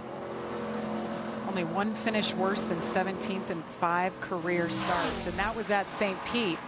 Had a hard impact there, but trying to make the most of it. All eggs in this one basket, getting these part-time effort from Nice Motorsports.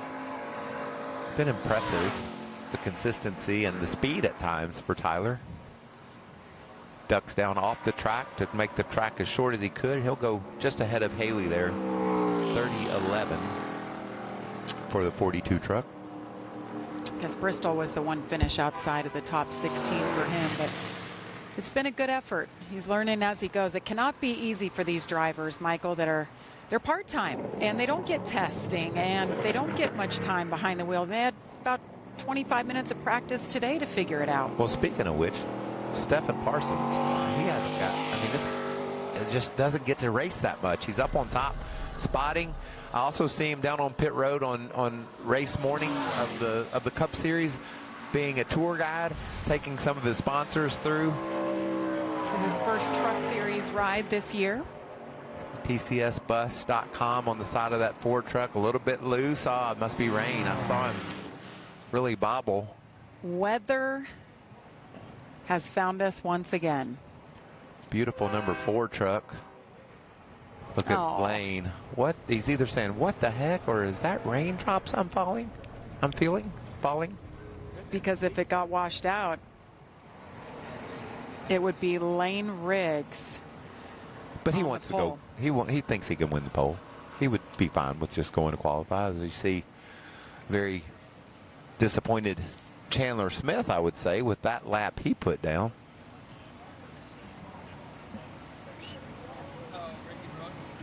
Well, hopefully we get this going and get it finished. Remember, 2 truckers are going home, but we got practice in, so it might be, the format's a little bit different to see who is going home. We'll figure it out. And we'll report back to you after this break about who will not be able to make this race should this rain continue. Hopefully it stops. We don't have many trucks left here at Nashville.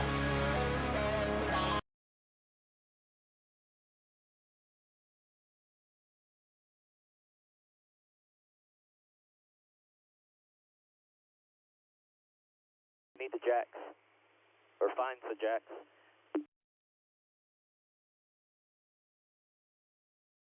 Where we're at.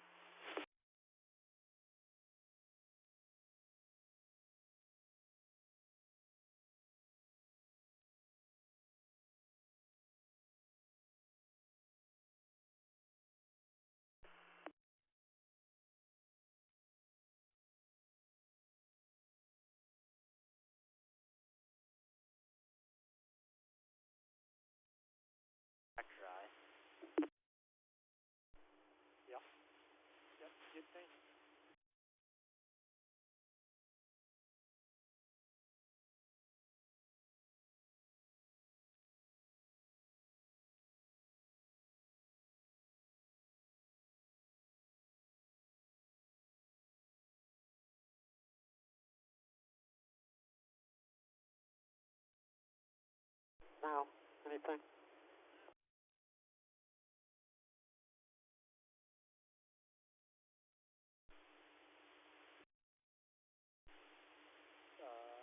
Pretty heavy to about 7, and then it should go away.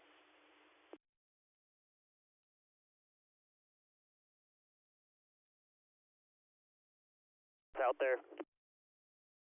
Yeah, it's raining the hardest down here. Going into 1, it's rained all day long. I think we're going to be shit out of luck here. Same.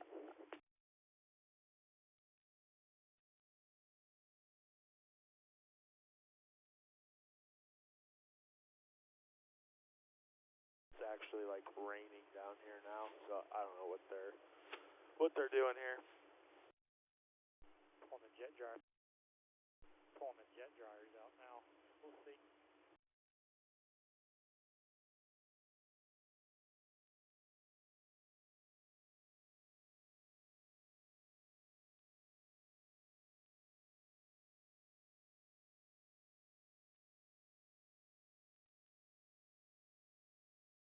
mind and a 2-incher. Find me a full one of those to have available for during final adjustments. So just wanted to say while I'm thinking about it.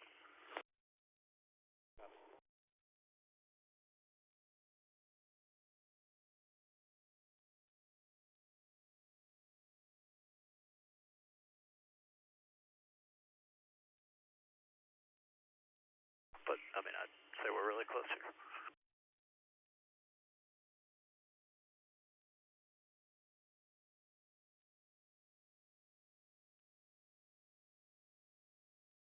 Doesn't look like it's going to get any better.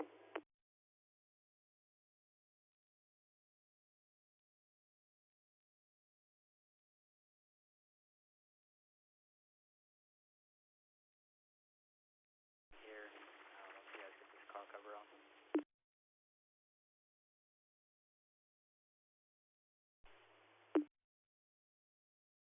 It looks like it's going to rain for another hour.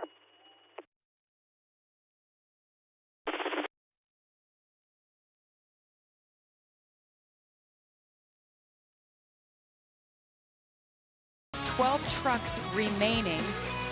Stephen Parsons was just on his warm-up lap when they brought out the caution. So we sit and wait right now. And meanwhile, Chandler Smith is on top of the board, and he is with Josh.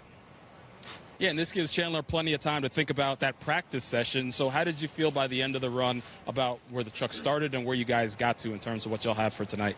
I feel like our number 38 Ford F-150 was honestly pretty good in practice. Didn't have great fire-off speed right off the rip like some of our competitors had, like my teammate had, but our long-run pace I felt pretty confident in. So I was honestly really eager to qualify just to see what raw pace the truck had, how much capability the truck had, and see where we stacked up with everybody. So hopefully they, it sounds like they just turned on the jet dryers. Hopefully they can get the track dried off. We can truly see where we were stacked up against everybody.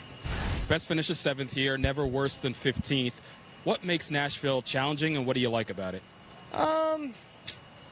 What makes it challenging is it's a concrete racetrack, so when it rubbers up, you know, the groove kind of moves around. You got to search for fresh rubber and fresh racetrack, and so that's you know, that's one of the things that make it challenging. One of the things I truly do enjoy about it is just the fan base here. I grew up racing at Fairgrounds Speedway up the road here, and pro late models and super late models, so a lot of my OG fan group is out of this area, and it's so cool because they'll come out and be like, hey, I used to watch you at the fairgrounds, and you know, that's just, it's like a homecoming a little bit for me. Like, yeah, I actually remember you when I was a young whippersnapper. So yeah, I really enjoy coming here. The fans are great, so hopefully we can get this track dried off for everyone. I love he says young whippersnapper. What is he, like 25? Still a baby. Come on, baby. He's only 23. I'd say, Michael, to you, he's a young whippersnapper. Why do you throw me under? Okay, he is to me too. Yeah, you too, honey. Well, Chandler, that young man. He's fast, and that's what's most important. He sure is. I look at him, and I remember all the wins he had for Kyle Busch Motorsports, one of 18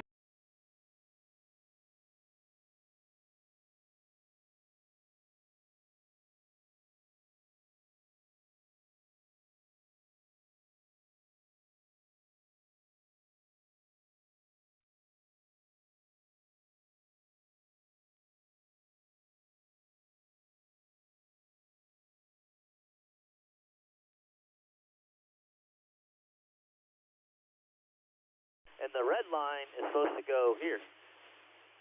That's why you're blowing water. We got the line backwards.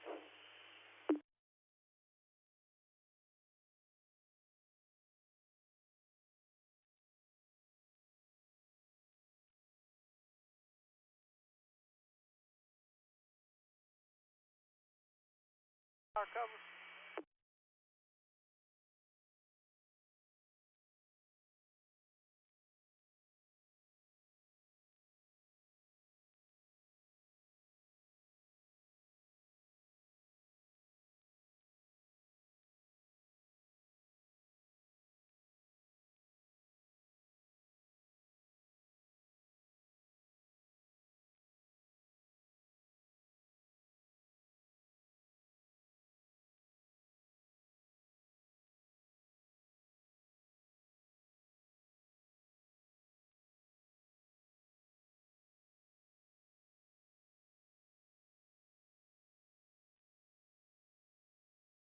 Okay, so I can get out, I think.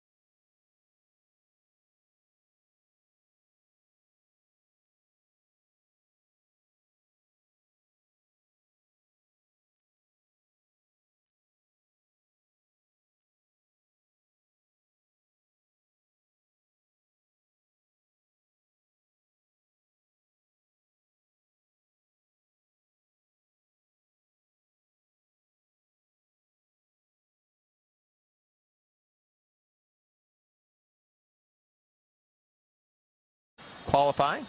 Michael, I know you said that you really like this. See the... And there's some good history with you here. How about this? Well,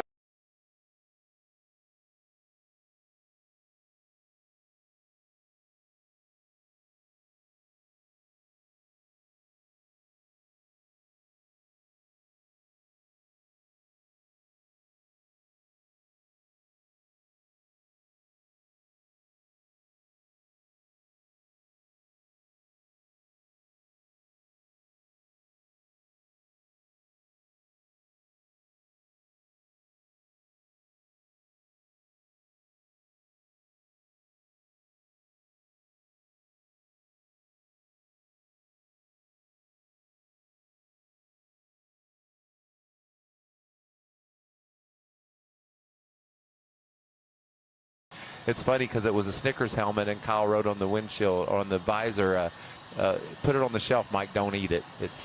It's just a helmet." So just great to honor Kyle and have him in my living room, and everybody's. I love what we're seeing with our community, with all the drivers, and everybody said Kyle Busch made us better because he was so good, and that's just a cool feeling. So many of the young drivers in this truck field. And on Sundays, 10 Cup drivers, Michael, started at Kyle Busch Motorsports or raced for Kyle at some time or another. And in fact, Kyle's first win for Kyle Busch Motorsports was right here at Nashville in 2010. So great memories for Kyle. And there's one guy that's hoping to get some qualifying in. Haven't talked about Ben Rhodes a whole lot, Josh. Well, Ben, you had a chance to have practice. Not sure if you'll get to qualify as we wait on this rain to hopefully go away, but what did you think about your truck and what you got in that 99 vehicle? Yeah, our Nashville Stampede F-150 seemed like on the long run we were okay. We had some good trucks that we could get around and do okay battle with and dirty air, but the short run speed wasn't there. We were kind of buried deep on the time chart. So I'm hoping we changed that, made a lot of adjustments during practice, a lot of adjustments for qualifying. On one hand, I would like to qualify to see if the adjustments benefit us, but on the other hand, I think we'd start 6th, if I'm not mistaken, if it gets rained out. So either way, we'll just need to line up and go do battle tonight. You've had now about, 5 to 6 races with your crew chief, Cale Gale. So how is that progression going as you guys have seemed to find a little more rhythm in the last couple weeks, it feels like? Yeah, well, that's the thing, right, is we need to find rhythm. This is a tough part of the season to do that. 6 or 7 races in a row. When it's back to back to back, you lose out on time that you might have going to sim session and some of that at-home shop stuff, that homework that you do to prepare, because you're busy just thrashing and building trucks and getting to the track. But all in all, I would say we're meshing really well. I think our communication is good. We just got to work on consistency and finishing some of the races. Like Watkins Glen, really no fault of our own. We had a transmission go out. Dover probably needed to save a little bit more fuel. Everybody was short. A few drivers ran out. I was one of the few that ran out. So, but things like that we can tidy up. But for coming in and the opening stages of the season after we already had a few races under our belt, I think he's doing quite well, and I'm trying to do a good job for him. Appreciate your time and good luck tonight, Ben. Thanks, Josh. Yeah, Ben Rhodes last week, really good run at Charlotte, finished 4th. Michael, that was his best effort since early in the season at St. Pete. Yeah, he's just, he's there. I mean, that team, I think they're going to win races this season again. It's going to be fun to watch. How about that Nashville Stampede?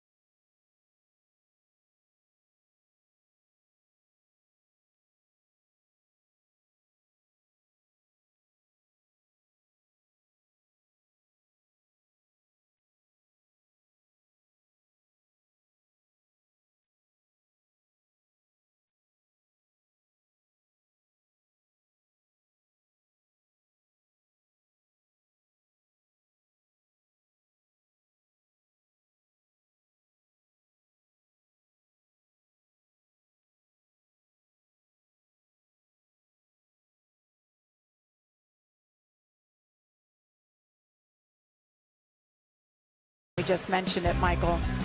The first career win for Kyle Busch Motorsports came with Kyle Busch, the one and only Rowdy, driving that truck. And what a moment it was right here in Nashville in 2010. It just felt different knowing it was his own team. See the big smile on his face, and this list it's just amazing to me. The young racers that he impacted their lives so much, giving them this opportunity to get in his KBM trucks and go out and show their talent. William Byron, you know, I remember him going to high school with my daughter, and then the next thing you know, he's winning in the truck series, and now he's a cup winner. The list just goes on and on. Denny Hamlin with the win there. Corey Heim coming onto the scene. It's just an amazing accomplishment, what Kyle was able to build at KBM and the impact that he's had on our sport. 18 different winners, 53 total drivers had a chance to drive one of those KBM trucks. 10 are racing in cups still to this day. And Kyle Busch won the first race for KBM and the 100th and final race for them at Pocono a few years ago. Well, let's hear from Stephen Parsons, who was on track hoping to get up to speed for his qualifying run when the rain stopped his opportunity. Josh. Well, that's right, Jamie. So technically you'll get 2 qualifying efforts if we're able to get back on track, right? Allegedly. Yeah, we left pit road, and as soon as I got up on the banking, I came on the radio and I was like, it is raining a lot. I guess I need to work on my hot pit in a little bit because I didn't make it. But super thankful for the opportunity to be here. Thanks to Nice Motorsports and TCSBus.com. They've been an awesome supporter of mine. I feel like our number 4 Chevy Silverado is pretty good. You know, we practiced well, and I feel like we were a little bit tight, but I feel like our fire-off speed was pretty good.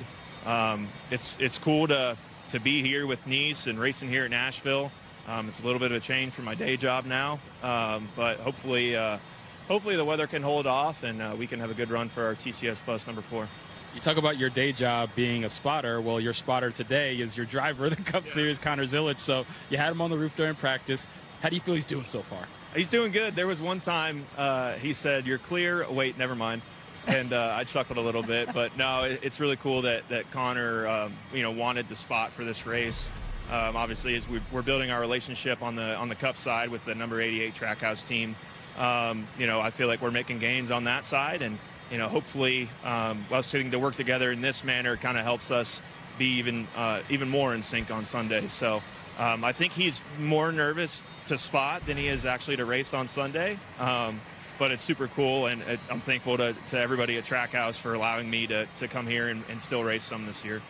This team's going to be fun to watch and listen to on the scanners tonight, Jamie. Jamie, that is just so cool.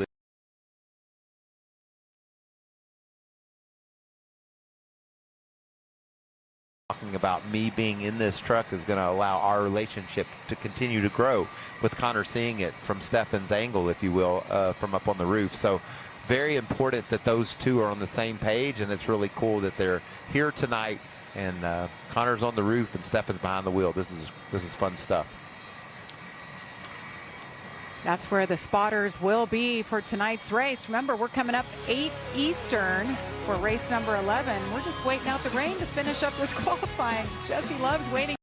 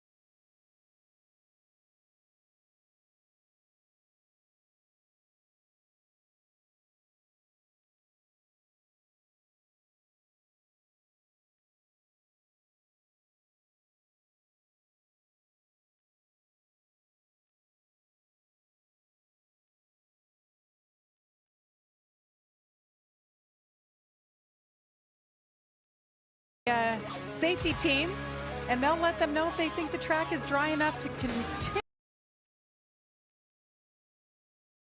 13 trucks still to go here at Nashville. They've got Stephen Parsons in the back seat and Lane Riggs up front. Just checking out the surface. Lane, the veteran that he is and the weekly competitor, I'm glad he's riding along with Stephen. Stephen is in a bit of a situation here, if you will. You know, he wants to go really bad, but he also wants to make sure the track's dry. So it's nice to have a different opinion and a guy to look at it from a different set of eyeballs. So a few raindrops, enough to halt qualifying while Stephen was on his warm-up lap. Always at the racetrack supporting his son. This was a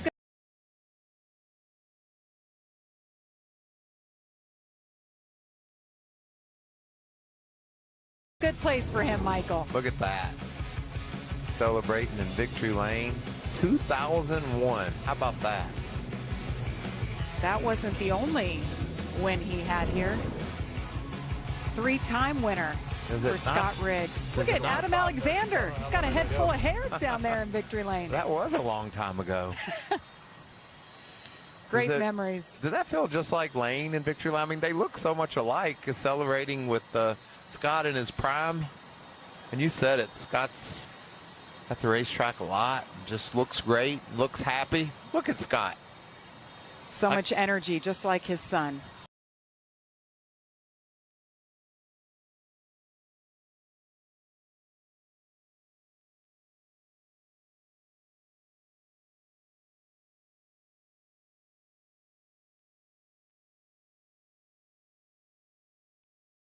Truck to beat. He was so solid, and they just had trouble on pit road, not once but twice. So I have a feeling he's going to be somebody else to watch. He was fastest in practice. Got all these fast trucks that are still to qualify.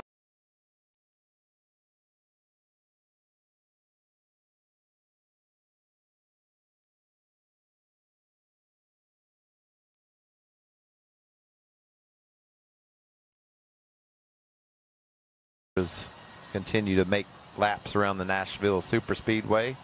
We think we're hearing from NASCAR that these trucks are going to return to their positions off the speedway, and we're going to go qualifying again. Well, hats off to NASCAR and their effort. They went through all this last weekend for 3 straight days. All 3 races got in. All ended a little shortly, but better than we thought with the rain and the forecast that was happening. So thankful to them doing all they can just to give everybody a shot at qualifying here. We're going to have a quick turnaround, Michael. I mean, we're back up on the air right here on FS1, 8 p.m. Eastern. It was so cool seeing Daniel Suarez execute at the end of that race. I mean, his team made a great call, put him in a position, but he had to drive the 2 or 3 laps. And I heard him say in his interview post-race, I might have had 3 or 4 more laps in me, but that was it. He gave it all he had. He was right there, and just a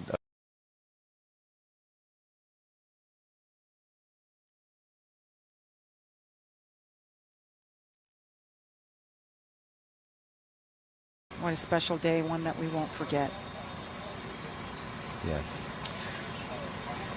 Well, Jesse Love is patiently waiting. Michael, you sent him a picture of himself sitting there with the umbrella, and what did he say? He said, "I'm hungry, Michael." And I said, "Well, Nashville Hot, isn't that famous chicken? Yeah. Maybe some Nashville Hot before the Craftsman Truck Series race tonight." You can see 150 laps. Those stages are interesting to me, 45, 50, and 55. We can make it that far on fuel for each of those. So be interesting to see if there's any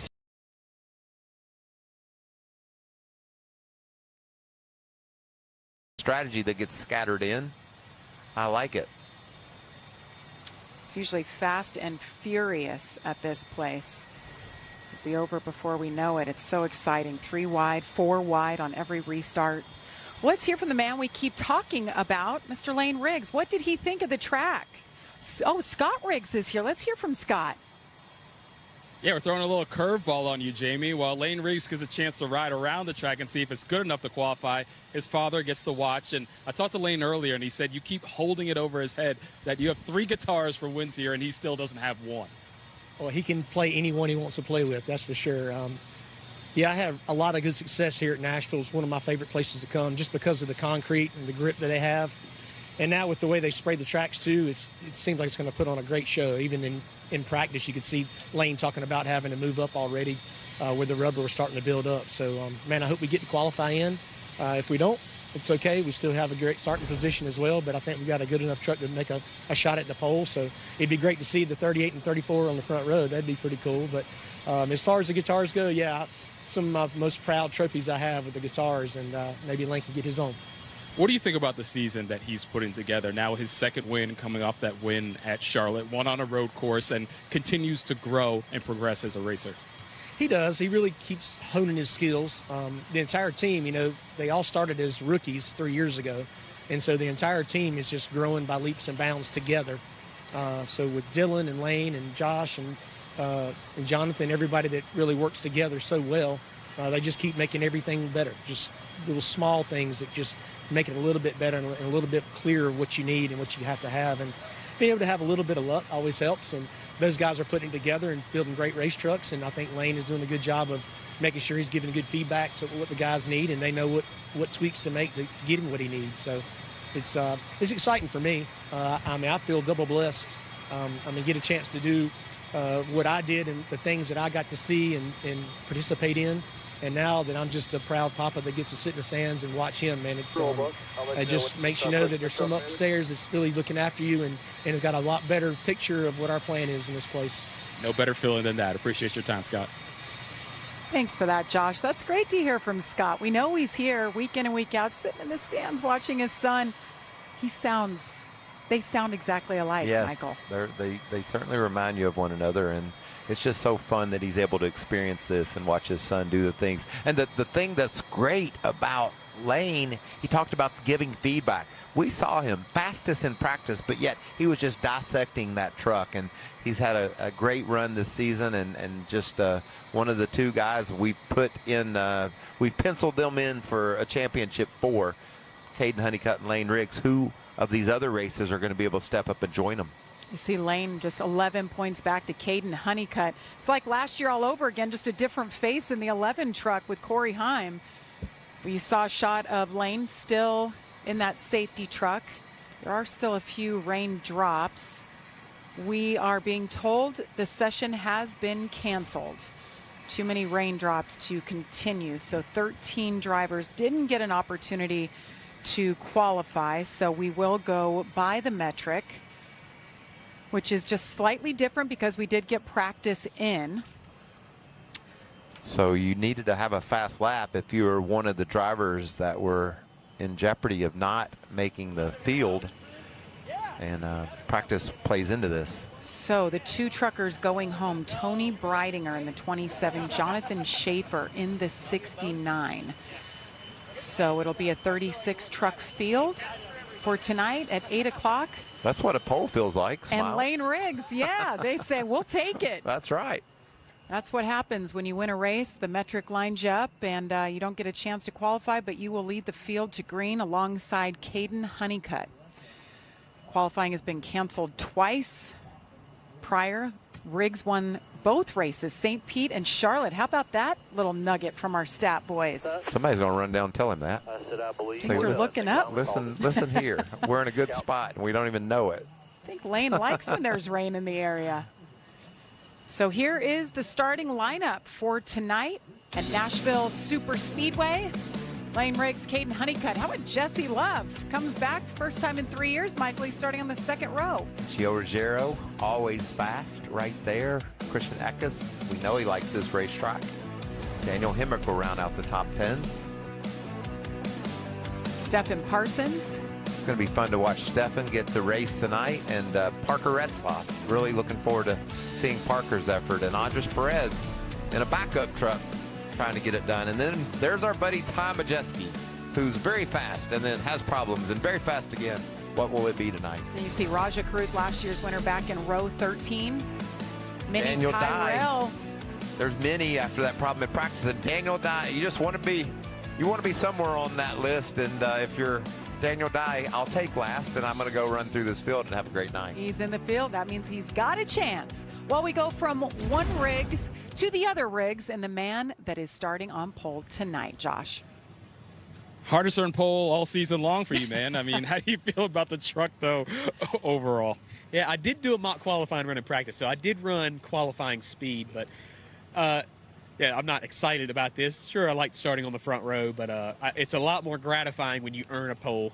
But I rode around in the pace truck out there. Just this track is so smooth with the concrete, and the rubber gets in the pores so much. So, I mean, you can feel it on like the paint here on pit road. It's so slick to your foot.